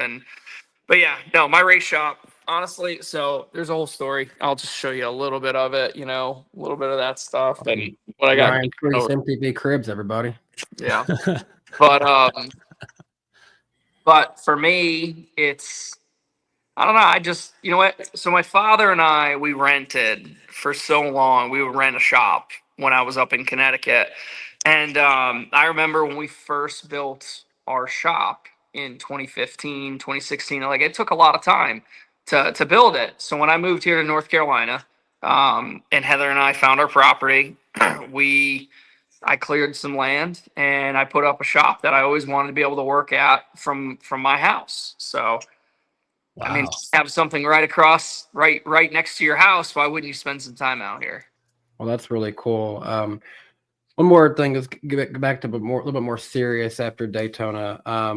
Ultimately, not in the playoffs this year, but when you do get to Talladega, you and Brad and Chris, you just get to have the fun opportunity to just go out there and just try to win a race and spoil everyone's show. So that's always pretty fun. But you had a great season, and we spent a long time earlier before you come on here breaking down the playoffs, who's in, who's not. So I have to ask. I think if we didn't have a win in your in system and we just took the top 16 points, you would have ultimately made it in. I think you were like 14th or something like that. So I got to ask where you stand on it. I mean, I know ultimately you'll race however NASCAR decides you'll race, but what do you think? What would be the best direction if you could make a call? Well, I think, we all understand the format we're racing in. So whether we're consistent, the fact that Chris and I were extremely consistent this year didn't matter. It didn't get us in. And Chris, he's somebody that can attest to it because last year happened to him as well. They did so well in points, but they didn't make the playoffs because they didn't win a race prior to the playoffs beginning. So, for us, I want to say we were right next to Ross in points, or even Joey Logano, which, they're going to be title contenders. So I felt like we were, for a first-year team, we, outside of winning and making the playoffs, we exceeded expectations, I think, of what, the general public kind of thought we were going to do. Because in all reality, it's kind of, I joke with Derek that we're like the bad news Bears. It was kind of like a whole bunch of guys that were thrown together, not necessarily thrown together because Brad put a lot of thought behind it. Him and Josh and everybody at RFK did a great job putting the people together on this team that we're going to get along personality wise to succeed. But, from the outside looking into the garage, I think they all just kind of looked at the 60 team going in to the season as like, it's just, he might be here or there, but he's not going to be a consistent threat. And I feel like we've built ourselves into a top 10 contender. And, one thing I said, and Eric, I think I said this to you a few weeks ago or a week ago when we spoke, is that we had been finding ways to finish top 10, you know what I mean? And kind of creep into top fives and execute the end of races. But what we needed to do was find that sheer speed, was find speed to get poles or have, fast moments. And we saw a glimpse of it at Richmond. And I really feel like over the next 10 races, this is a period of time that we can build upon that and continue to build on the program that we've been building on to establish that and then carry that over to 2026 and be a real threat. We have some viewer questions that people have been sending in, and the fun part is we can just pop them on the screen for you too. First one from Braden is, what is your favorite generation of NASCAR stock car? Man, I've only driven the Gen 6 and the Gen 7. So it's really, it's what I'll tell you is, okay, so this is something that maybe some of your listeners don't know, but like the unorthodox way that I got to Cup, which if you take a deep dive and if you just look at statistics, you see Ryan Preece did however many starts, 100 and so, I don't even know how many Cup starts I have. It might be 200 at this point. And Xfinity, I did, 60 or whatever it was. Well, there was in 2014 or 2013, 14, and 15, I was doing like one off or two races a year for like Tommy Baldwin and Premium Motorsports, which, Premium was essentially like a start and bark team. They would throw scuffs on and all that. But what I'm getting at is, so 2015, I went to Texas, and this was during the playoffs. And this is when they were high horsepower race cars. And you felt it, man. 900 horsepower, even in a car that was, 34th fastest in the series. I remember looking to my left, going through the tri-oval during qualifying and saying, holy shit, we are hauling ass. Would that car back then beat what we have now? I'm biased, man. I got wide, the Cup cars got wide tires. It's kind of what I come from. So I think here's what I'm going to tell you guys. There is so much more than just looking at the race car and saying, this isn't going to work. You can make anything work. You just have to have all parties that are willing to find a way to make it, work. But I hate saying that multiple times, work. But, for me, when you guys watched Saturday night, were you entertained? Yeah, it was pretty good. When you It was watched pretty damn Richmond at the short track with tire fall off and all those things, you were entertained. So here's what I'm going to tell you the flip side of all this is. You know what our job as racers is? Win, do well, get as To far as not possible. entertain you. We don't want to entertain you. We want to absolutely just beat the other guy and not even make it a race. But see, that's the challenging part is the competitive side that we have, but the entertainment side that we need, they need to meet in the middle. So, I feel like us as race car drivers, we want a lot of horsepower because it's going to make us feel a lot better about what we're doing. Or maybe feel like we have more, we can make more of a difference when we're racing the race cars or kind of stuck in a position. But, when you look at the next gen era and the restarts and all these things that it kind of produces, man, the racing, as much as I can get frustrated getting stuck in dirty air, or, we as drivers talk about the frustrations that we have, this is an entertainment sport. And this car does provide some really entertaining moments. Yeah. We have what was it? We saw, was it the four closest, not closest, it was the closest first to second, closest first through third, and the closest now first through fourth place finishes in Cup history. It happened in the last 2 years. So NASCAR got what they want. They got close racing. That's for sure. Sorry, Jared. Oh, go ahead, Ryan. To the racing enthusiasts, like I'm a racer, okay? What I like about the car behind me is if I want to make a part for it that I feel like is going to make me go faster, I can do that. So with what we're doing in the Cup Series right now, you can be a new car owner. You can come in and you can buy the same parts and pieces that RFK buys or JGR buys or Hendrick or whatever. And a lot of it, what it comes down to is people and the thought process of how you go about setups or aerodynamics or whatever it is. I don't know. I'm just the driver that holds the steering wheel. But, there's just, it's just kind of changed the way we all have to think. It's funny that we talked about the entertainment side because the next two questions from the fans are like purely based on entertainment. Nap Racing fan asks, what was it like playing Ricky Bobby? It's always fun. Yeah, I felt like we had a good time with that. And whenever you have a team that's willing to go along with it and kind of like, how when you're gonna do something, you got to go the whole way. You can't just kind of like, for example, the infomercial thing. If you don't whatever, what you had to be able to actually say the things that were needed to be said or kind of be a little edgy with it. And that was the nice part about what we did, when we were doing all that. So it was a lot of fun. I enjoyed it. And, I feel like if I could have raced with a Cougar in the car, it would have been even better. And then one question that's been coming up a lot, and it's from yours truly, Chris, on here, who has asked this and probably takes about 10 minutes. Would you be willing to participate in one of our fun segments? It's called Random Driver of the Week, and we'll throw out questions, and you just guess which driver it is. Are you asking me this right now?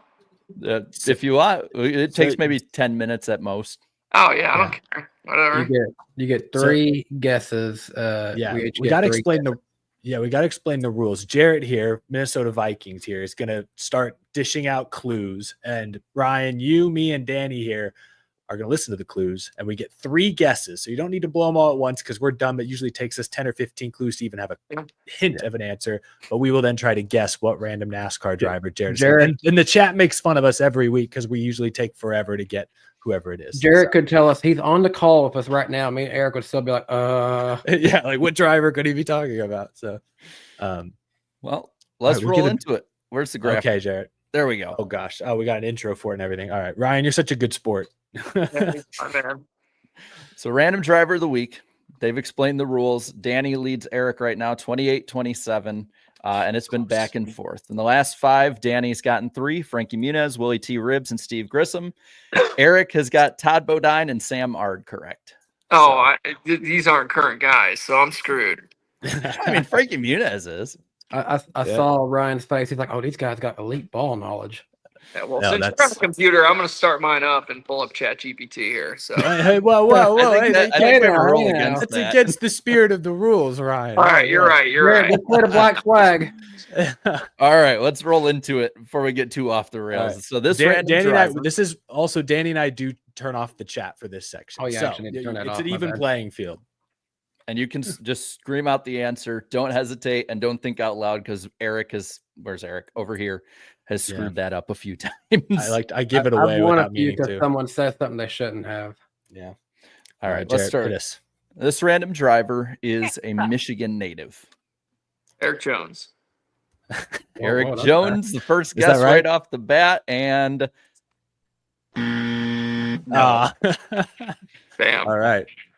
Now, I did do extensive research on this side of it. None of us, including Ryan, have tweeted about this random driver before. Ooh. Oh, okay. Wow. Trust me, I thought I did. Wow. Oh, that's a hint. I'm impressed that you actually looked up to see if he's tweeted it. I got to do my due diligence. Yeah. This random driver let Tom Cruise and Nicole Kidman actually take laps in their race car. Oh, would this be a Hendrick driver? This one, but I'm not saying. This random driver at one point and for one race was actually sponsored by Big Daddy's Barbecue. Ryan, have you already you Googled it? Have you found it? Googling stuff? You can't be Googling the answer. No, I'm not. I'm not. I'm an iMessage. No, you can't phone our buddy Elijah Burke either. Dang. Oh, gosh. He's over here trying to find where Michigan is on the map. Yeah, I am. All right. I have numbers and manufacturers this random driver has been in. Yeah, Oh my gosh. Okay. Numbers are, and it's a long list of numbers. You can geez. write these down, by the way, if you want. Yeah, to you write can down take notes. 0, 2, 4, 10, 11, 14, 15, 16, 25, 31, 34, 40, 44, 45, 48, 52, 59, 60, 74, and 78 are the numbers. I don't think I heard the numbers I wanted to hear, but I have to throw out Brad Keselowski. Brad Keselowski. There was I never figured, a we got an stick RFK guy here. Maybe that'd be a little too obvious. But Wouldn't I that- was- wouldn't Never a that on the stick nose of the mentioned show? one time. okay. The this is gonna make it even funnier. This random driver ran in Chevys, Toyotas, and Pontiacs, never a Ford or Dodge. Oh, well, I was way off. that made it even better.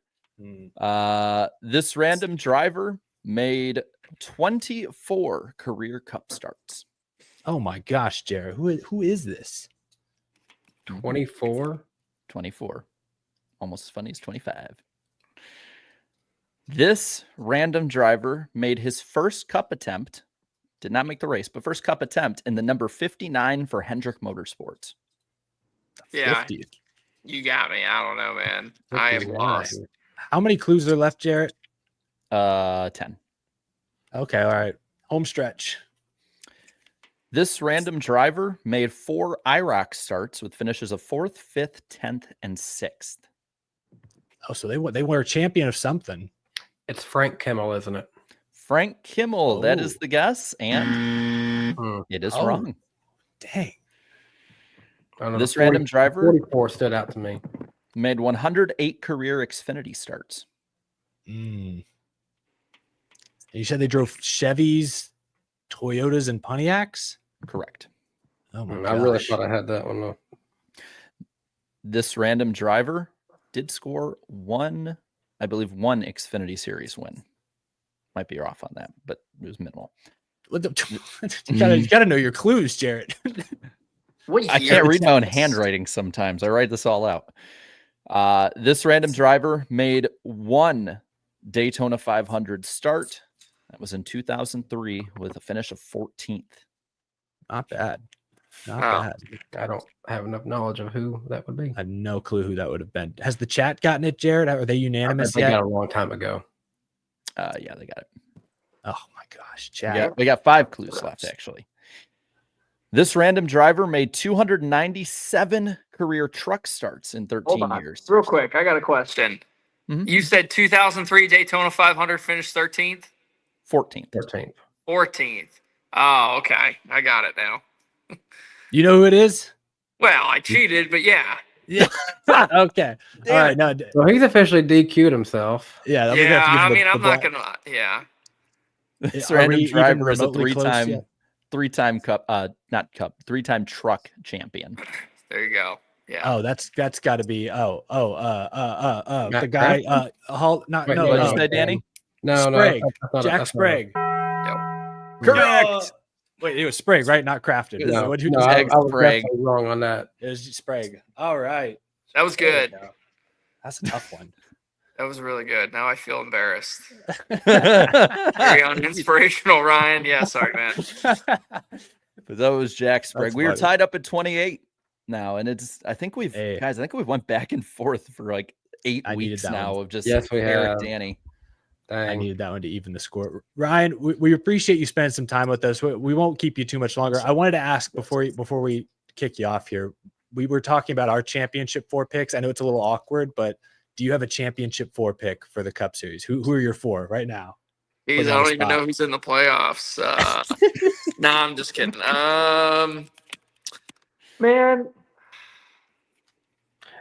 Now I you feel can like do it. everybody. So everybody always goes with your typicals, right? Like your, I feel like your Denny Hamlin, your Ryan Blaney. Who else? Joey Logano. Yeah. But here's what I'm going to say. I think that I'll be honest with you. I have a feeling like Josh Berry is going to be fast this weekend, and he could sneak up on quite a few in this first round. So I think if they're able to, I feel like he's going to go pretty far. I feel like Ryan Blaney's definitely going to make it to the final round. So I'll put Ryan Blaney. I think my dark horse pick would definitely. I'd like to see Josh Berry get there. Sure. William Byron has been super fast, so I'll say him, and then probably Seabell. Oh, okay. So Interesting. it's probably an odd four that most people wouldn't guess. I like the outside the box pick with Barry there. I can at least respect the boldness. Yeah. A couple of those we all had in ours. Yeah. Yeah, Yeah. the first two, I'm like, that's one I put on. That's one I Yeah. put on. Yep. There's one Danny Blank- put on. Ryan Blaney and Byron have been a popular pick on the show so far, so you fit right in. My Yeah. bold take was that we'd have 2 Penske's, Blaney and Logano, and 2 Gibbs cars, no Hendrick cars make it. Ooh, hot take. That's Well, bold. Ryan, we appreciate you joining us tonight for a bit and playing our little evil game that Jarrett tortures us with every single week. But yeah, man, good luck the rest of this season. I guess you still got a lot to race for. Still have a shot at a win. I would not be surprised if that 60 cars in victory lane some point these final 10 weeks. So appreciate you being on the show tonight, man. Good luck this weekend. No, yeah. Hey guys, you honestly have a fun podcast. So glad I could be a part of that game and feel really honestly embarrassed that I didn't know that because growing up I loved the truck series and Jack Sprague and Ron Hornaday and all those guys that raced it. They were really iconic. So pretty embarrassing on my part. To be fair, you didn't give yourself a chance. I think if you'd held on until the 3 championships, you would have gotten it like we did. Yeah. Yeah, true. Valid point. All right, guys. Well, thank you. We might have to have Good it one, back so you can get some redemption at that. Yeah, we'll have to do that. I'll see you. Have a good See night, ya. man. Good Oh, that stuff. was fun. I love the fact that right away, uninspirational. That was funny, Blue Jimmy fan. Oh man, you know what's crazy is that was a fun conversation, and it's probably one of the more fun interviews we've had in a long time. Yeah. We still have some news to break down before we get over to Darlington. We've Let's already do gotten it. through some of our fun. Yeah. We Had to have got some fun that's early. right. We got 2 fun segments though, so we'll have a little fun in a little bit. Let's go over to the headlines. How about we do that? NWP headlines tonight. I think we can honestly burn through some of them pretty quick. First off, Kaulig going to Ram. Another one that was just kept so well under wraps. Interesting. Excuse me, that this is a fully funded Ram entry. Like it's I don't almost think we like expected this much of it. No. yeah, up to 5 trucks at Daytona. They haven't announced drivers yet, though there's a lot of speculation out there, a few names that have been thrown around. But no, that's the way I see it is if you're Kaulig racing from a competitive standpoint, what do you have to lose? You're bottom of the totem pole in Cup with Chevrolet. Your Xfinity team has even, taken a small dive the last couple of years. It's like, might as well like get in with a new OEM now and maybe build this thing up. And in a couple of years, your tier 1, your Cup Series, program is revamped. I see this as a high, what am I trying to say? High ceiling. What am I trying to say? Low risk, high reward. That's what I'm trying to say. Low risk, high potential reward for Kaulig. Yeah. Yeah. I mean,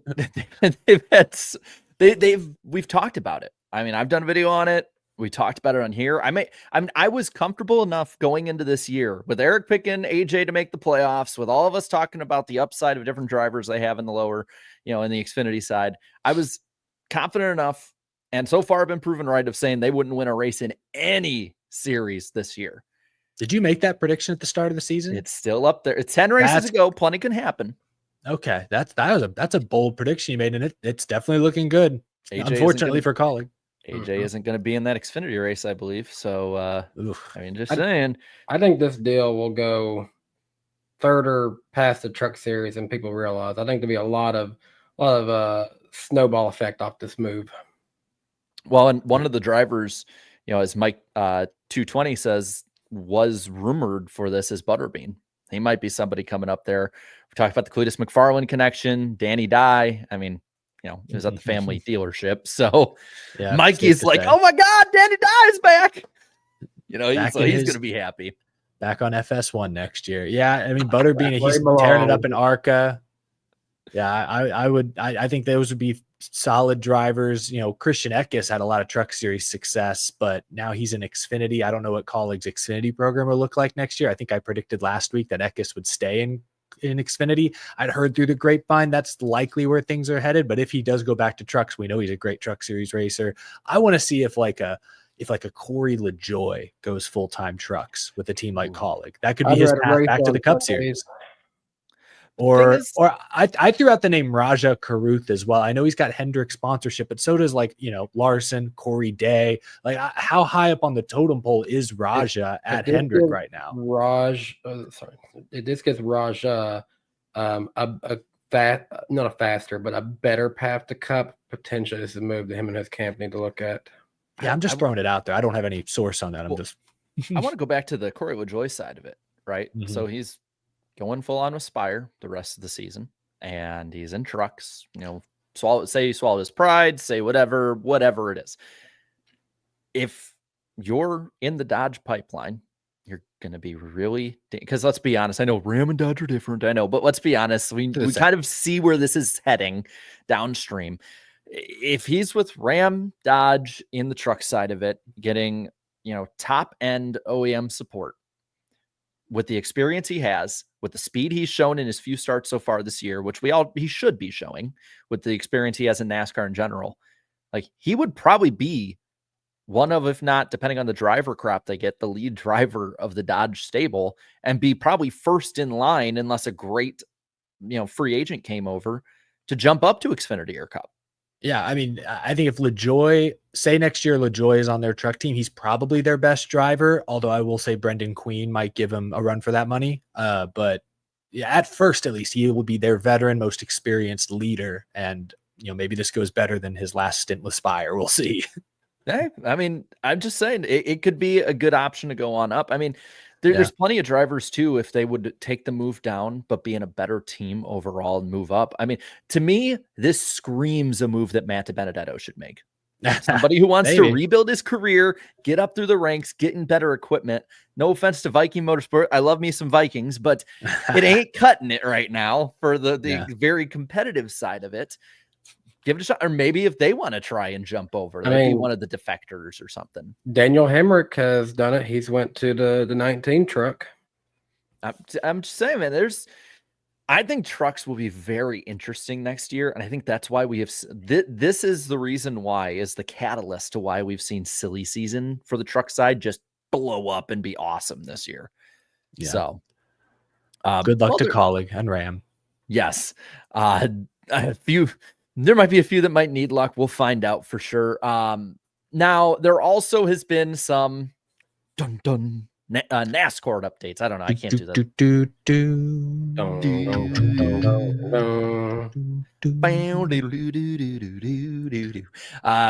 Actually watched Law and Order like last week, so like I have it stuck in my head right now.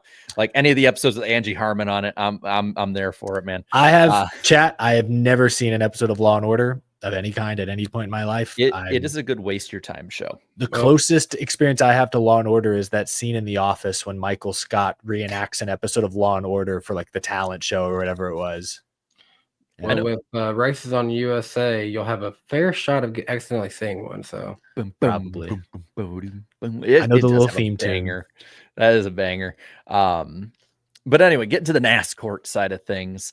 Sounds like NASCAR has informed the court and informed the teams that they plan on issuing a charter that is currently sort of under the umbrella of the 2311 front row side of it to a redacted team, Redacted Motorsports. Catchy.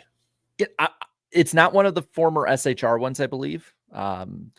It sounds like it's one of the four that a 2311 in front row ultimately, had taken away when they did not sign the charter agreement. And NASCAR considers those given that, right? Not having to pay ridiculous amount of money. So that's the thing. They didn't say pay, and it's been, I know it's been brought up too, and I think Dale Jr. or Denny Hamlin, one of the two, might have been Dorper. It was someone on Dirty Mo had said, I wish I remembered who it was, had said that it is still in this provision that NASCAR can up the amount of charters if they deem that necessary. Of course, that was also in talk of, Dodge coming down the line. Sounds like the Honda stuff is heating up a little bit. Depends what happens there, but that they could just give charters away if that's being said. But I think that the part that caught everybody is like Redacted Racing is looking to jump on in, and it's a team that's looked to buy a charter for a couple of years now. Is something somebody said?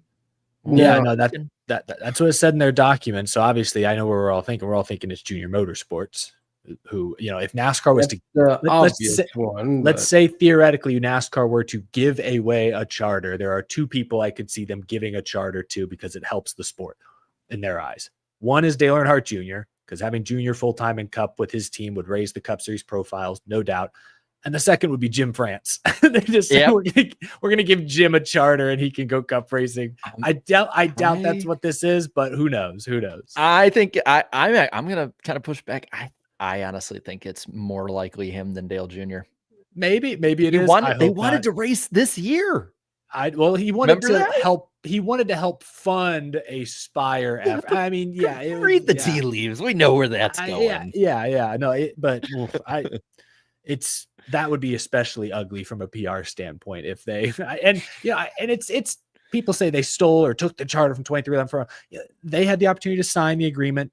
They didn't. They knew this was a risk. They ultimately forfeited their rights to these charters when they did not sign. I don't know if they had a better course of action, if they wanted to sign and then sue. And I don't know if they could have gone about this a different way. But when they didn't sign the deal, they lost those charters and they had to be okay with that. They've obviously fought it through injunctions, but when they chose not to sign, they knew this was likely to happen. And so, I don't know, NASCAR being aggressive, wanting to, transfer them when there's still a case ongoing is bold, considering what would happen if the teams win the case in December. That would really mess things up quite a bit. Just add charters at that rate, I would think. Maybe. I don't. Who even knows what the charter system would look like? Jeff Gordon's been added to the chase. That's what we would get charter. We get the charter 37. Fifth charter for Hendrick. Dude, that could actually be a good. Remember I had that thing about a proto charter. You could have certain teams that race a certain amount of races as a chartered team. And that'd be proto charters. They could call it charter 37. That has a ring to it. We're doing Garage 56, or we're doing, we can't just 91. Guys, we can't just be putting word and the numbers and make that a thing. We got to be a little more creative. The NFL had nicknames for a long time, or it was just initials, LT, AP. Well, if on the tier list of lazy nicknames, this is actually kind of higher up. Someone that I'm not ruling out of the equation into who this might be getting this is Legacy. And I saw something from Matt Weaver where he showed all the blacked out the Call of Duty Black Ops version of this. And someone, Braden Williams, did a good job putting together this graphic of what fits in that amount of space.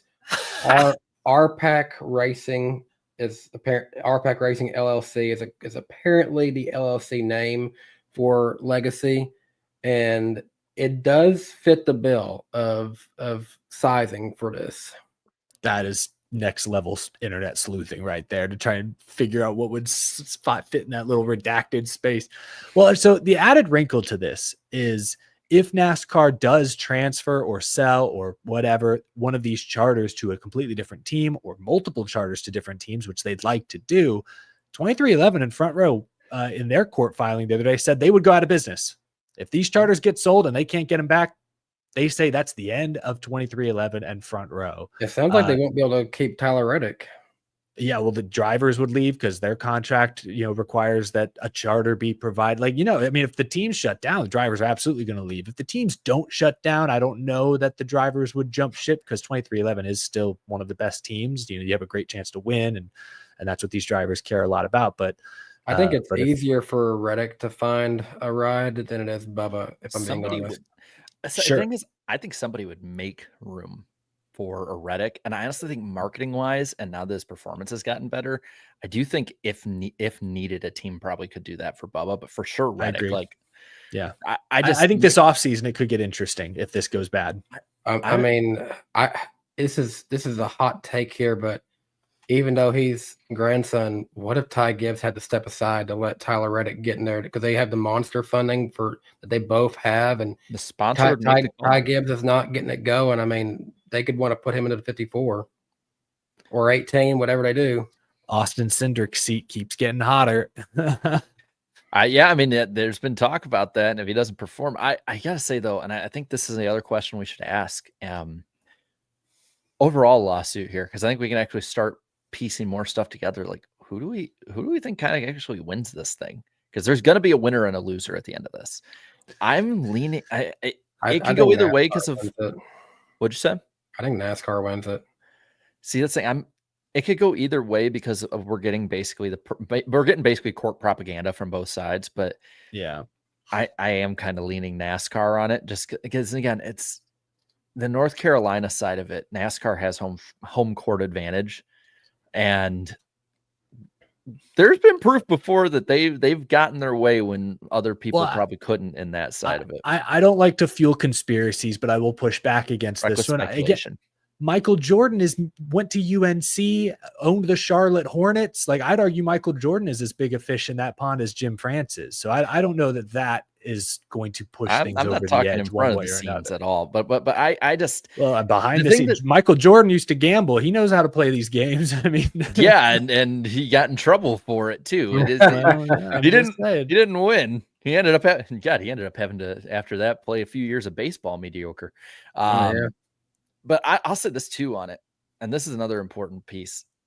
I get everyone's like is happy and excited, like maybe it's Dale Jr. And if that's the case, there'll be the added diehard interest from it, and maybe like a couple people that watched Jr. for the longest time that come back. Maybe that's a long shot in my opinion.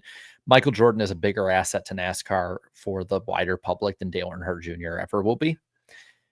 And Michael Jordan, if marketed correctly, would be a much better and much quicker way to draw people in to at least be curious about it, rather than saying Dale Jr. Rather than a driver that is, and I'm a Dale Jr. fan, and I'm saying this, but I disagree. I honestly, I think Michael Jordan is a legend, an icon, but he's not the now. Like, his shoes are more popular than he is right now, is the truth. Like, I think if Michael Jordan was really going to move the needle, we would have seen that by now. And I think he has helped. I don't think he's hurt the sport by any means. We've seen NASCAR become a top story on First Take and get media coverage it otherwise wouldn't. And that's largely because of Michael Jordan's involvement. But I think Dale Earnhardt Jr., that name is just synonymous with racing. He's already around the sport, so just putting him in fans. Yeah, but I think I would argue Jeff Gordon was bigger outside of the sport than Dale Jr. was. And Dale Jr. was the more popular driver in the sport. For diehard fans, Dale Jr. brings people in. But you can even see, and granted, it's rudimentary in the metric, but like when you look at like Google Trends, for instance, Jeff Gordon has always been a more interesting aspect and athlete for NASCAR from outsiders looking stuff up about him than Jr. has. I would argue NASCAR is at a point now where it almost needs to rally the base as much or more than it needs to. That might be the case. Yeah. So that's why I think it's close, but I don't think Michael Jordan, his name, his face alone being attached is great for the sport. But the Jordan brand being attached is, though. Oh, it is. It's great, but it isn't. We've seen the last 4 years, it's not provided a noticeable major boost, maybe a small boost, a little more clout here and there for sure, a little more credibility and in certain, amongst other networks and such. But I don't think it's I at the core of this, what you're getting at is if Michael Jordan leaves NASCAR as a result of this lawsuit, if 2311, and I know we're overlooking front row, but let they dissolve and Reddick goes elsewhere, Bubba goes elsewhere, maybe some of these guys don't find good rides. If Jordan's gone, that would be a black eye on the sport. Would it be would it drive significant numbers of fans away? I mean, we'll see. I don't know. NASCAR would have to be comfortable with that loss. It would be a bad look, but I don't know. To answer your first question, who wins this?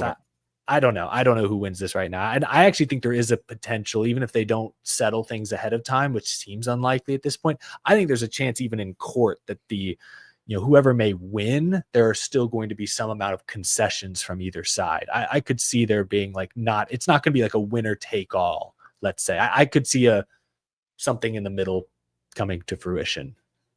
A perfect world, MJ stays, Dale Jr. gets a charter at some point. The thing is, it's like he's being outpriced.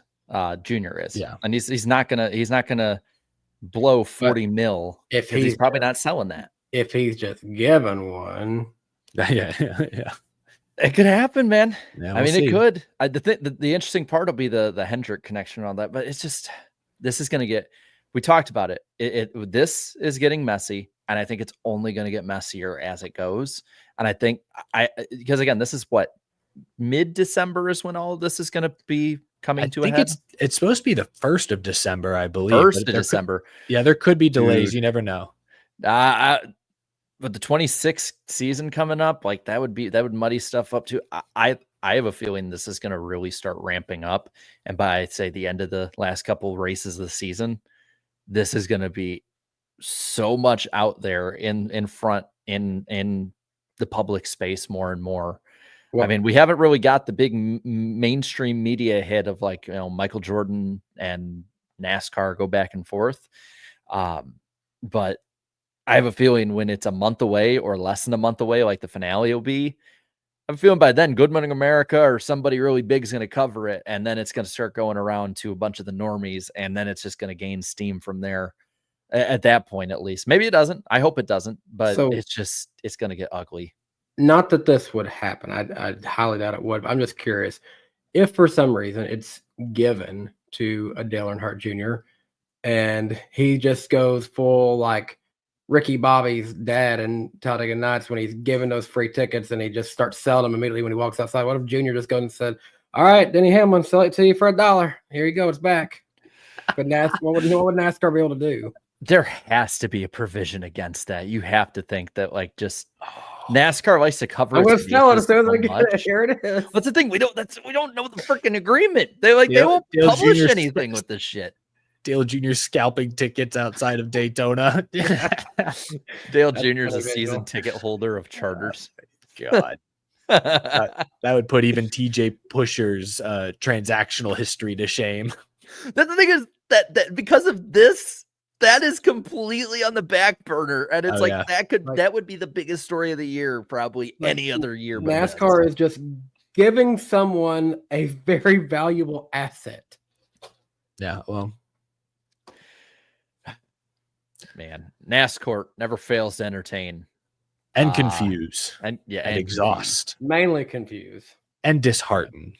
You know what doesn't confuse though? Having fun. Having fun is never confusing. You just love having fun. And when we have a lot of fun, a lot more fun than NASCAR, when we go and do our predictions. Last week was fun for me. I enjoyed last week. So each host will make 2 NASCAR motorsports or show-related predictions. We can play fast and loose with those. Predictions are kept track each week in our accountability session, and we'll try and keep them relatively concise, hopefully. For me, I said I spelled "or" wrong. There you go, Jarrett. Spell check, baby. Yikes. 2 or more past Cup champions will miss the 2025 playoffs. I was right. Yeah, awesome. I said former Minnesota Viking Brian Asamoah would be cut by the Tennessee Titans. He was, because he was trash. What? It was bad. It was just that off. I think. Wait, was it Cam Robinson y'all sent to the Texans, the offensive lineman, or is that a different? No. Did we give you Ed Ingram? Oh, I don't know. Well, Cam Robinson's been hurt. I thought that was the guy we got from Minnesota. I think you guys got 2 from Minnesota. I think it was like Ed Ingram and Cam Robinson, and they're both. We were desperate. Anyways, I'm interested what's happening over at Spore Motorsports. God, man, dude. I said, well, you know what? Nobody from Spore made it, so either way, it's correct as being wrong. No, I said one 2025 Spire car would make it, and we were thinking Hocevar.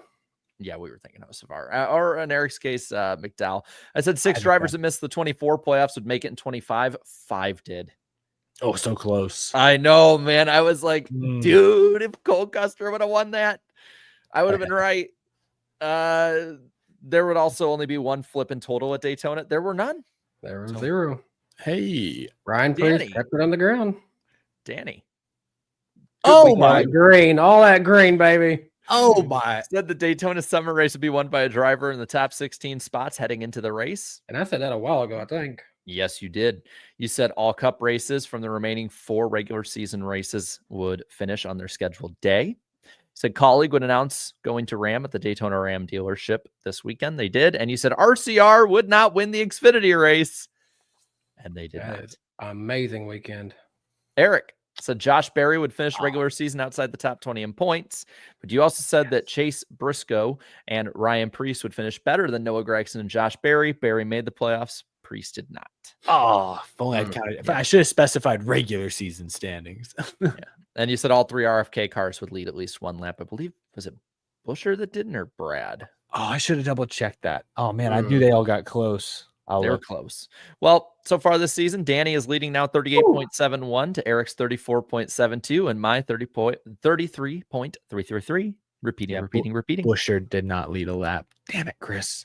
And I am leading all time at the moment, 38.71, which is funny because if you look back, we both were at 38.71. You just took my 2025 number. Yeah, all time. Danny's at 33.72 and Eric is at 32.77. So Danny leads us off again. Danny, Eric, and then me. I got a bold one to start us off. Ooh, I like bold. Next year in the NASCAR O'Reilly Series, Penske Racing returns. Ooh, I like it. I like it, Picasso. All right, Eric, you're next. I'm next. I'm going to go with a bold one too. So fun fact, in the 7 Darlington next gen races, there have been 7 different winners. I think we get an eighth different winner this week. You made this, I think you made this last year. Like for the 7th different one. Yeah. Oh, and I got it. Then let's ride that train, baby. God, I can hear the dog in the other room. Riss has trained the dog that when she says use your words when he wants to eat, he'll go brrr. Yes, Riss, I did hear that. I know she can hear me. As for my predictions, I'm going to say this. The next... No, it's all good. It's all good. Don't worry about it. She's like, apologize.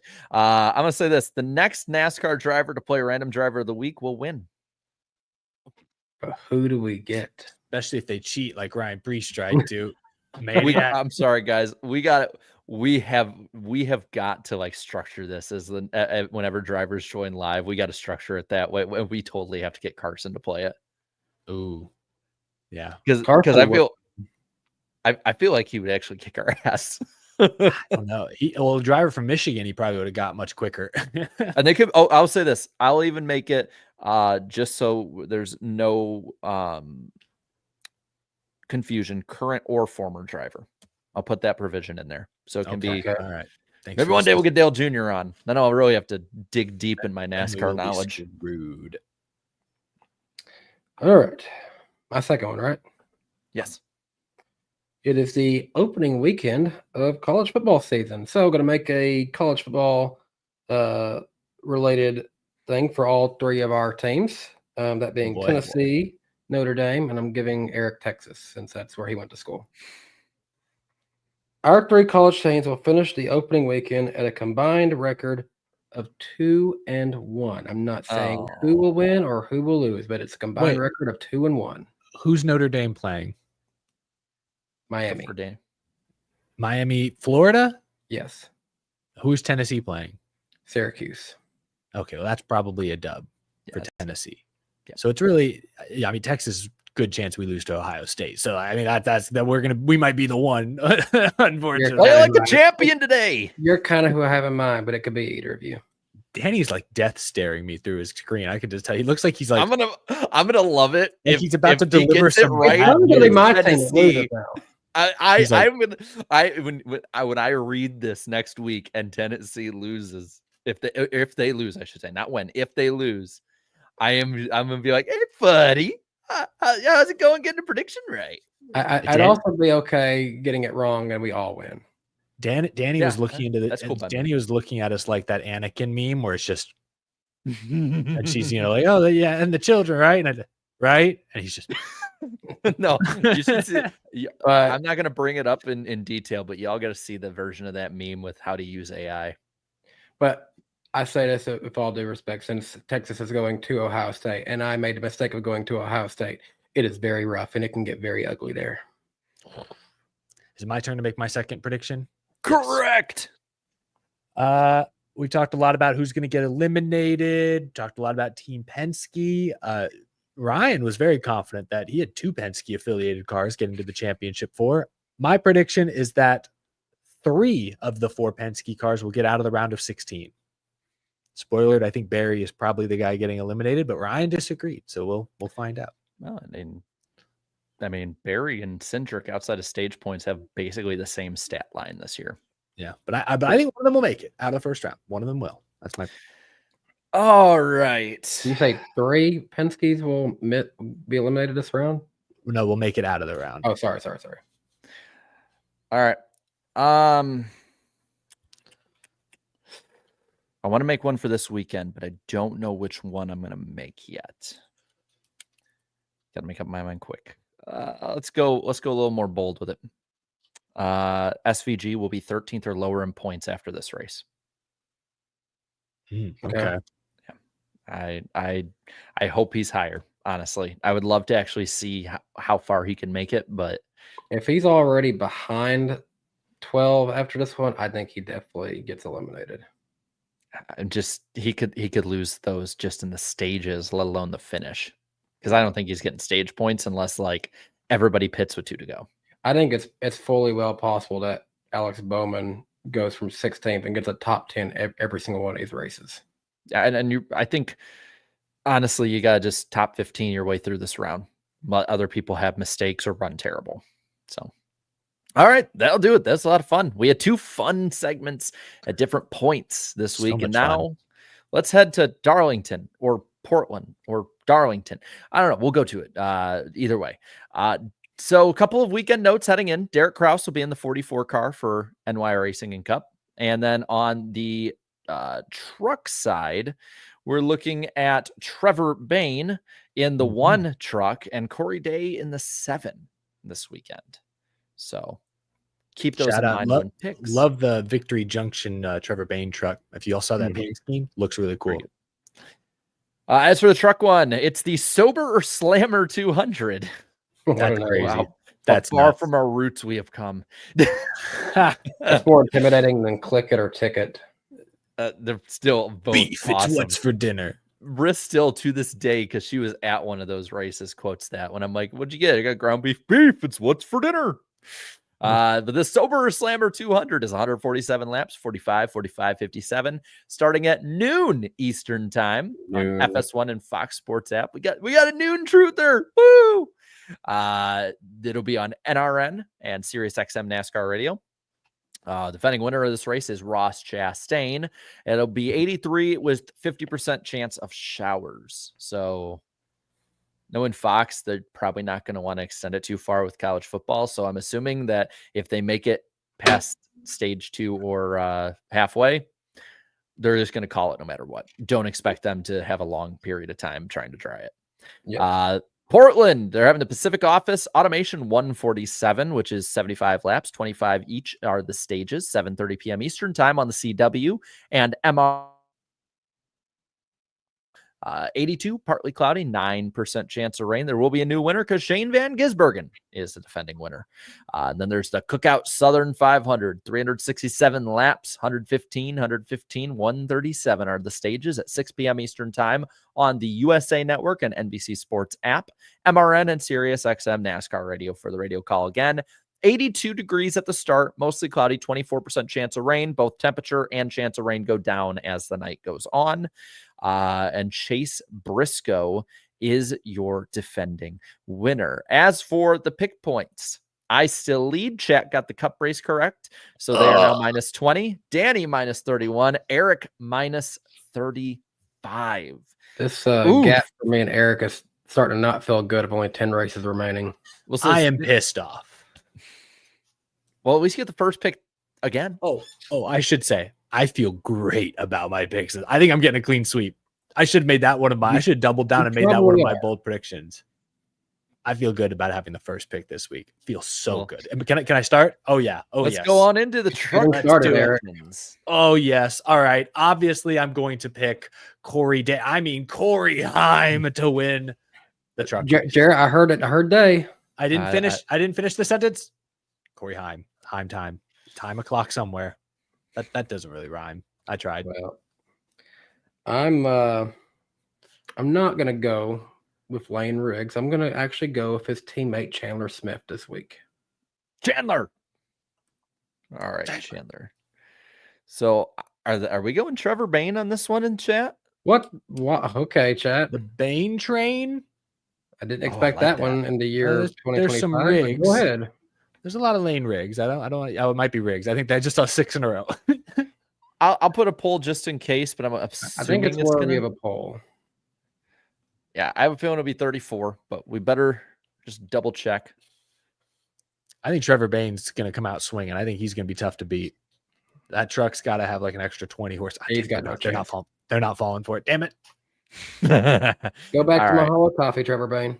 We're gonna end that one really quickly. So it is Lane Riggs. Good pick, chat. Solid. So that leaves my number 3 because everyone else got my 1, 2, and 4. And so I'll go again. Everyone laughed at me last time, and he had the best truck out there, and he's been good here before. I'll go Ty Majeski. So now, at this point, it's been 3 or 4 races in a row now. Majeski's got some speed. They're starting to figure it out. That's fine. That's good.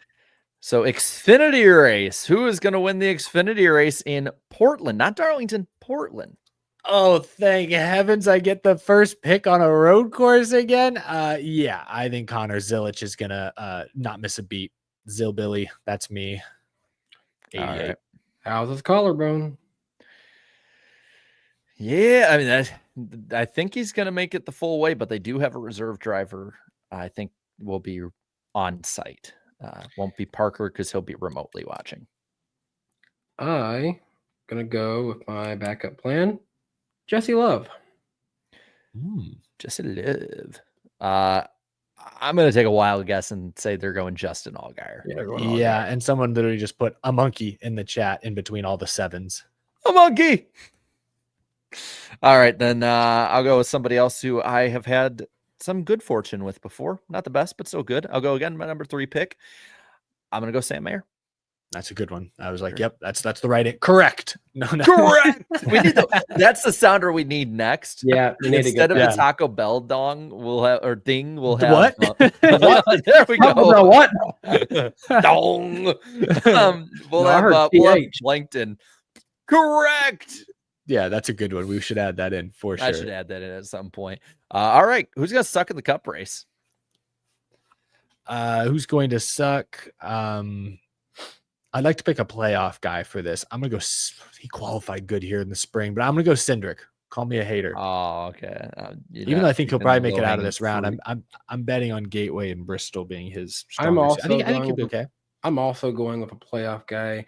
I'm going with a little known guy named Shane Van Gisbergen. I see a lot of 88s and SVGs in the chat. Wow. So I guess they're going to go with that, and I'm going to go with that too. So we almost got a clean sweep of SVGs. I mean, I could have gone it. That felt obvious. I will say for a dark horse, Brad Keselowski could win this race. He won. I guess he did win. That kind of goes against my prediction earlier of another new winner, but we'll see. He hasn't won the Southern 500 in a minute or ever. Has he won it? He's won. Did he win it back in the day? He won in the 2. He's got 2 Darlington wins. Was that Southern 500? Yeah, because he won it in a Rusty Wallace throwback. Yeah, yes. I was at my fantasy draft watching that on my phone. Correct. Correct. This is gonna date how old this show is. Back in the first year when we watched this show, or when we put on the show and y'all at home watch this show, it was very easy to pirate stuff on YouTube. So I would watch races on YouTube for 2018 because NASCAR was like so lax they didn't even know that they were having their own races put on their live YouTube. And now there are some people just putting it on TikTok. Hey, it's perfectly legal apparently, because Yeah, there's someone on screen in front talking.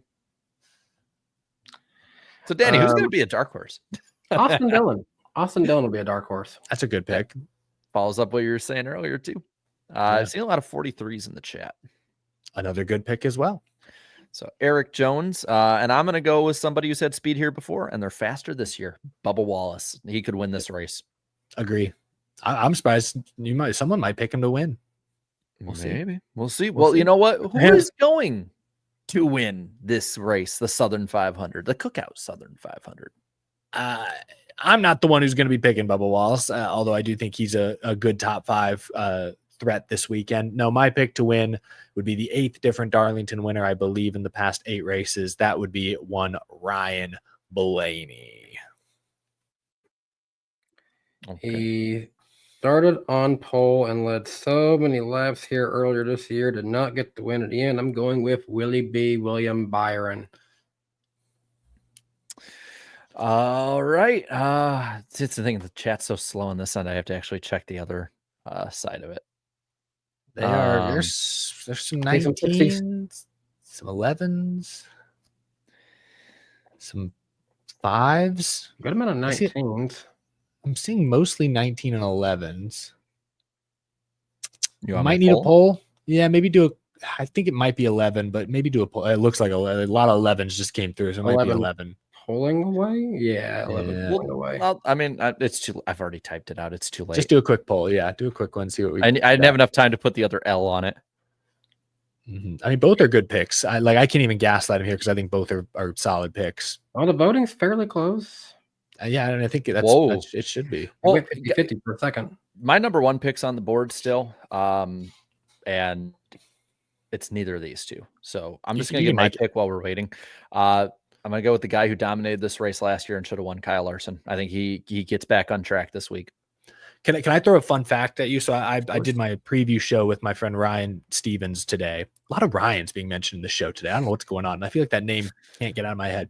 And he pointed out, I don't have the numbers in front of me, but the last 3 years, Larson always sucks in the spring race. Not he runs well usually, but he wrecks or something in the spring race. He finishes 20th, 30th every time. And then every fall race, he's finished like 12th, 1st, and 4th the last 3 years. So if that trend continues, yeah, he should be a top 5 guy this weekend.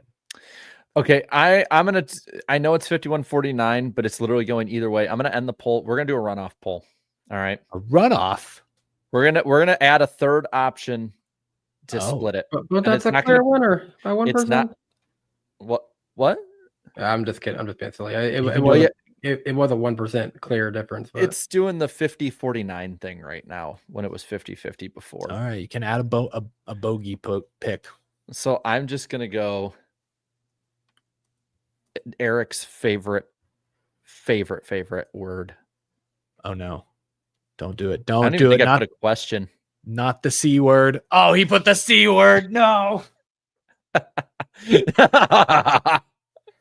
it was even. I think the 11 was like 0.5% ahead, but I think they're trying to even it out.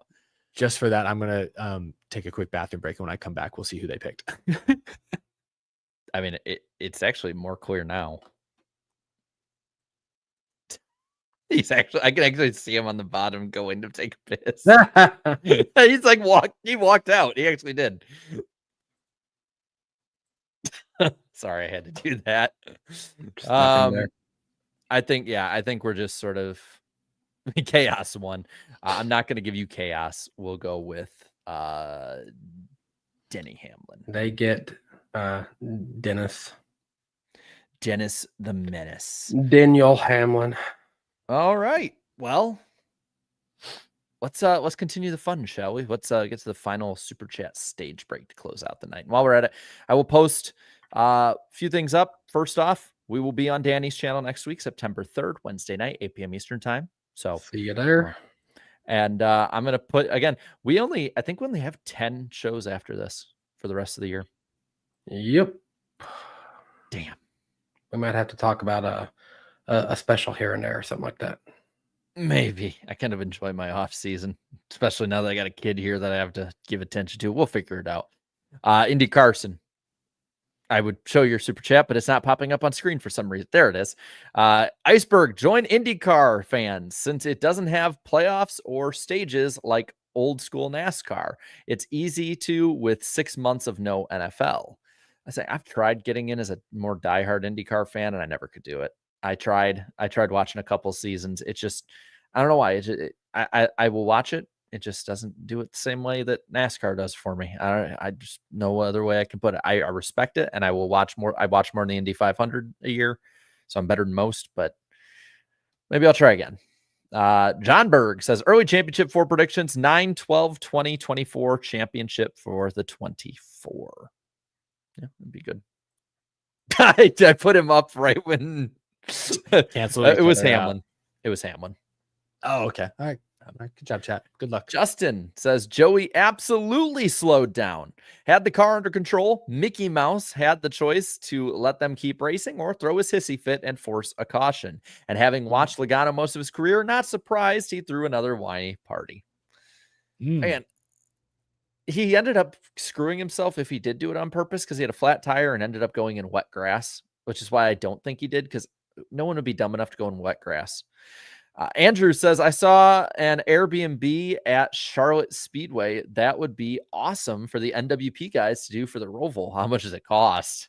Oh, is I that one think of I those? know Like, exactly which one he's talking about. The one that's like in those apartments that overlooks turn one, and it's very expensive on race weekend. oh, I'm sure. That'd be. We should look into that though, because that would be awesome to have like 10 or 15 people, invite our families, our other friends, come in there. That'd be fun. I'm gonna look it up while you're reading super chats and see how much it is for race weekend versus how much it is just at a random time.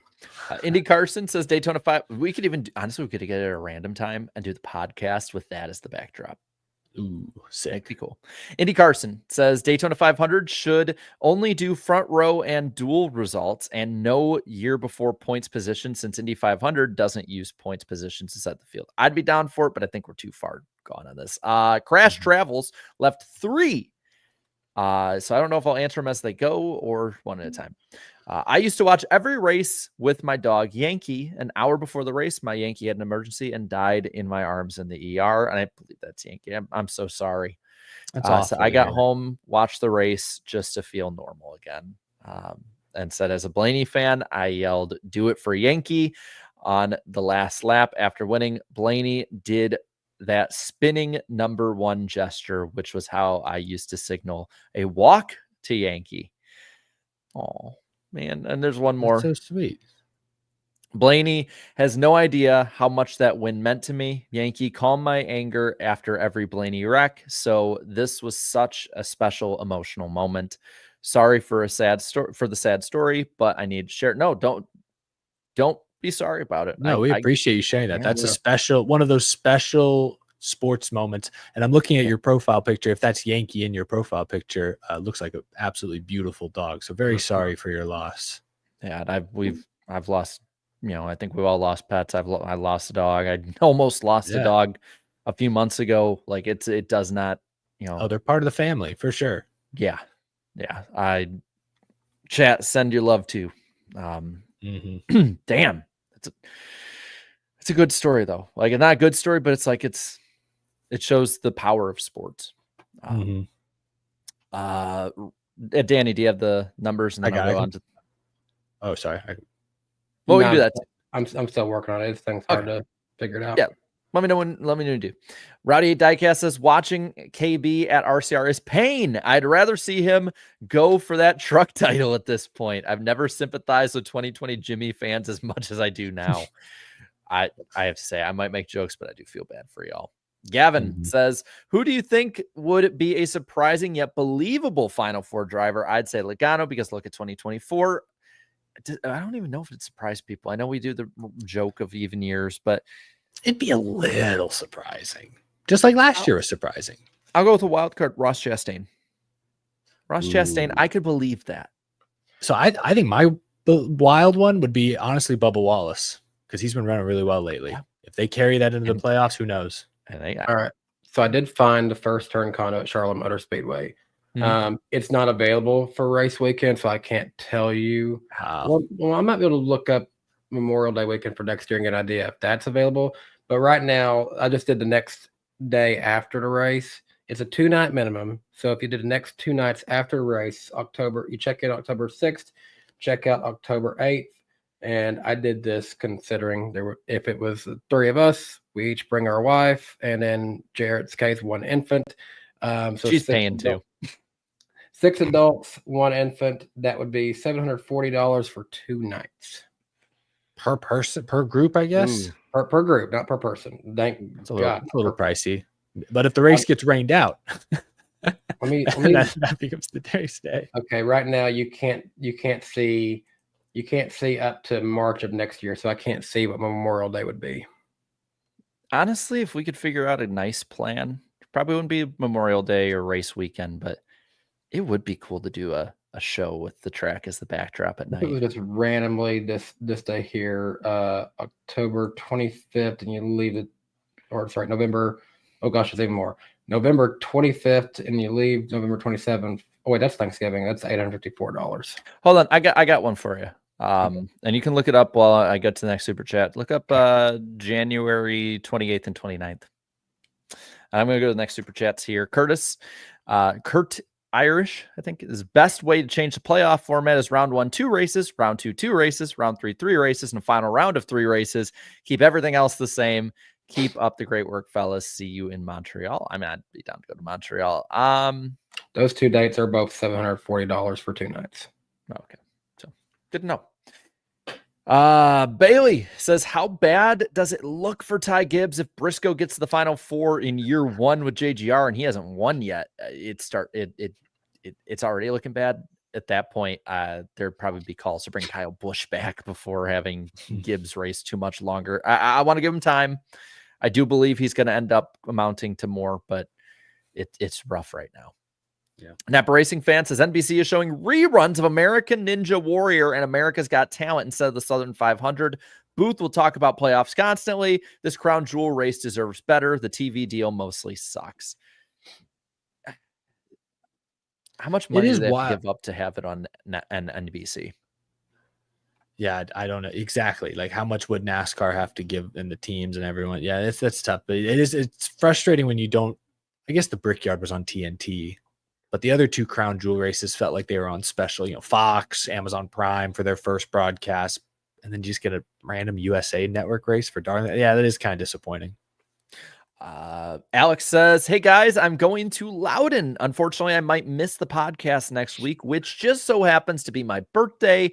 Going to Mystic, Connecticut. Is that it? That day? Well, happy birthday in advance. And if we see you, we'll have the chat spam happy birthday. Have fun, Alex. I was laughing at that super chat though, because the way I read it was, I will be at Loudon, unfortunately. And I thought, look at against Loudon. Scotty B says, do y'all think NASCAR will work it out with 2311 in front row before December? I don't think NASCAR wants to go to trial. I think they're dug in. I don't think they're going to. I don't think they will either. Palm Tree saying, on the subject of video game covers, a badass cover would that would look sick would be Bubba's helmet cam POV of Joey flipping in front of him at Daytona or at Talladega. That would be pretty cool. Yeah, but that's several years old now at this point. Blame the other company. Yeah. Hunter Nixon Fishing says, what's the biggest thing you learned about yourself? I think this was for it was intended for Preece, and we missed sorry. it. There were so many that were popping up. Yeah, it's hard for us to do the comments and do the conversation at the same time. Like dislike says, I thought the story he shared though about working with Chad Johnston and the team at Haas. I do remember hearing last year from Preece and from Briscoe that like the driver, that core group got along really, really well and was as collaborative as they'd ever been. So it sounds like he had a good time in a lot of ways at that team before it shut down. Like dislike says it. I predict if front row loses a charter, they become a Dodge team and NASCAR has to give them charters back. They've probably run Dodges before. J-Man says Lagooner, hashtag remember the Alamo. The NWP Pick Monkey says, if 2311 closes, where does Reddick drive next year? That's a good question. Sorry, Danny, I had to. What a troll. Reddick to the 48? I mean, I kind of like my idea of them saying, hey, Ty Gibbs, sit down for a second. What are the odds? What are the odds Ty Gibbs steps into an ownership role before Austin Dillon does? Oh, God. I mean, Ty Gibbs is still young enough. He could go back to the Xfinity series for a brief period and then come back. Let's see. 2 from Pat here saying, hell yeah, Ryan Preece and go New England Patriots. Cup drivers on NWP 2025, Hocevar and don't do that. No, not Hocevar, Bosavar. That is hilarious. So that's how it turned out so far. And maybe not be the last one. Justin says, anyone else become a Kaulig truck fan and want to see them dominate this series next year because they're the first team to bring back Ram? I would like to see Ram be. I want them to at least get them a win year one. Yeah. And I want to see Kaulig be good because Chris Rice is fun. And when he's in a good mood, I'm in a good mood. Yeah. I should have put this up if it was during it. I think it was right after you left. But Napa Racing fan Ryan Preece cheated. Kids at home, don't do that. And I'm Dan. Who are you? Says LaJoy is the plague. Damn. Ooh. Whoa, I Dan. didn't know that. I didn't know Whoa. that hate was still there for Hey, him. I'm also Dan, but calm down, dude. I'm Dan. That's my middle I'm name. Dirty Dan. No, I'm Dirty Dan. Oh, I just want to be Patrick. Who you calling Pinhead? Sorry. Kaulig needs to make a statement next year, and Ram needs that statement to be made that they are competitive and an OEM that will be successful. So while Marty D, I believe Matty D would be a good driver, LaJoy, stick to the broadcast team. Ooh. Again, in the truck series, though. Gotta remember it's trucks. LaJoy's done pretty good in his couple of truck starts this year. Indy Carson says, I've decided to skip most cup races next year since Zilich and Larson are involved. I'll skip whatever series Heim is in as well. I'll only watch in person and maybe local TV channels. I feel like the last couple of years we've watched NASCAR to Indy Carson, the slow descent to leaving the sport. And another one says, starting now, I only have one IndyCar race to go to, and then it's time to turn off TV and radio for the rest of 2025. NWP hosts only rest of the year. Well, I mean, going thank dark you. mode. Yeah, wow. I'm kind of expecting him to have an IMSA Carson fan next year. I would love that. Like, just do a Formula different series. Carson. Cars tour. Well, what would Lucas Cars Oil tour light be? model Carson's tour. Out Larson for the Outlaws. Hashtag I stand through 2311 for 99 cents. I believe they Here hit comes something. that squad. Memes. Hunter Nixon Fish says Denny Hamlin, a lap away from finally winning a championship. NASCAR to a random lap car. Execute order 66. Oh, man. Hot Wheels says nobody I ever talked to was more interested in NASCAR after I said MJ was a team owner. Just the same indifference as with road courses. It's a generational thing. I'll bet if you talk to, I don't know how old Hot Wheels 00 is, but like people a generation older than us might be more like, oh, Jordan. But I feel like nowadays kids these days are already moved on to Shea Gilgeous-Alexander and Luka Doncic, and it's like yeah. Anyway. Basketball player. That's like, I'm sorry, I just had to drop some basketball knowledge on y'all for a moment. Yeah, no big deal. Yeah. NBA Weekly Podcast coming in 2026. I'm looking forward to Blue Jimmy's super chat. I stand with 2311 for the 2 says nothing. Justin Drake says Syracuse is like the Yankees. At one point good, this century irrelevant. For Yankees fans, look at the last Red Sox series in the Bronx. Boston owns New York. I think he's talking about Syracuse to college at Tennessee is playing. At one point, yes, they were pretty good. The last year Tennessee won a national championship, they actually started their season playing Syracuse as well, and Tennessee won that one 34-33. It was a close one. 2 here from Shorty PJM saying, finally, in all caps and letters, after 5+ years of being fans with my twin and I and my mom and dad, will go to our home track an hour and a half away, wearing Bubba and Elio shirts combined. And I'm an antisocial bum. Oh, be nice. Be nice to yourself. Come on. But if you see someone with a Joey fan lookalike carrying a poster of 14 squares root for list, it's us/me. You can say hi. Are any of us going to be there? I don't think any of us are, but anyone watching might this weekend. Darlington, is that what they're talking about? Oh, this weekend? Yeah, I won't be there, unfortunately. No. I'll be at Bristol in a few weeks, so that's it. Mason says Indiana 45, Old Dominion 7, go Hoosiers. I got to see them murder a team last year, so that was fun. They destroyed them when you were there. Hey, they were like playoff teams, though. 77-7, I think.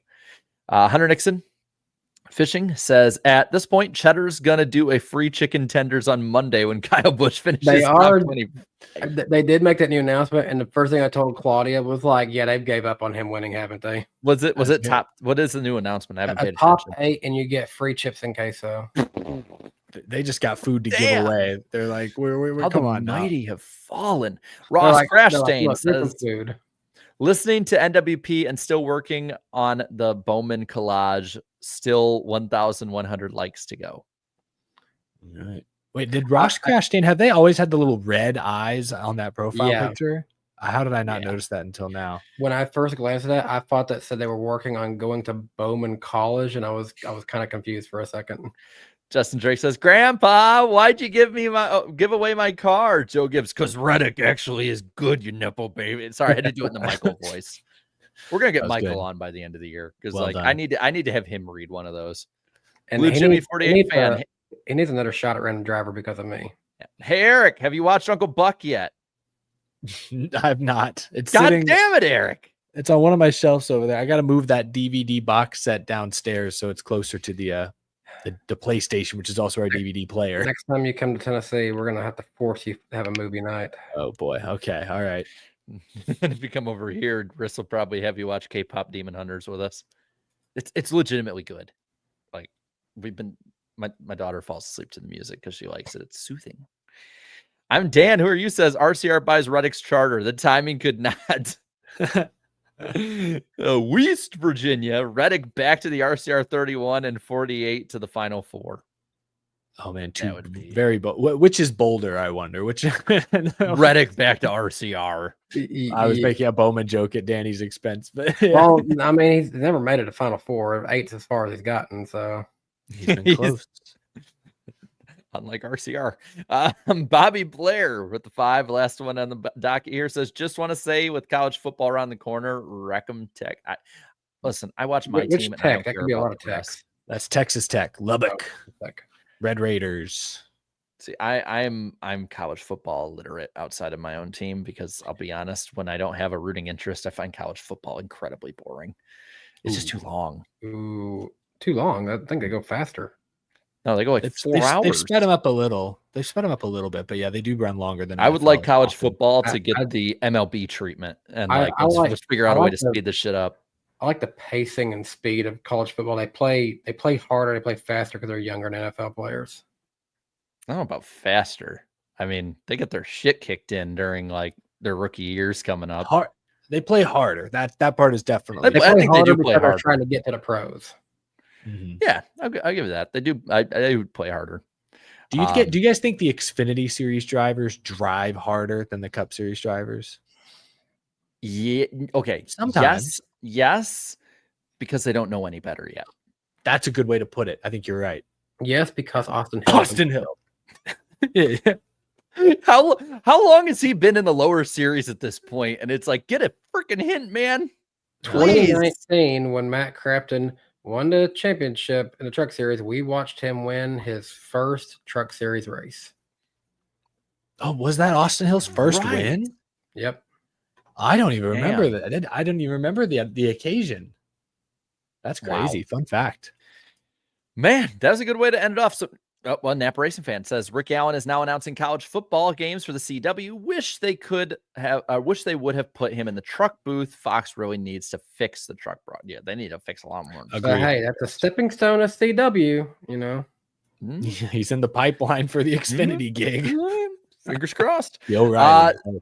Sorry. Next week, again, we'll be on Danny's channel, September 3rd, 8 p.m. Eastern time. Should be a lot of fun. Let's see. I don't know if we have a guest lined up. We'll try and get one. Never mind. I'm dead wrong. Hill won 4 races in 2019. Someone said. I thought that was his very first one. It was his first year winning. Maybe we can try and salvage Maybe, this. yes. All right. Thank you guys all so much for watching. Go enjoy the rest of your night, week. Enjoy the races this weekend, and we'll see you next week. Till then, have a good one. Take care. Later.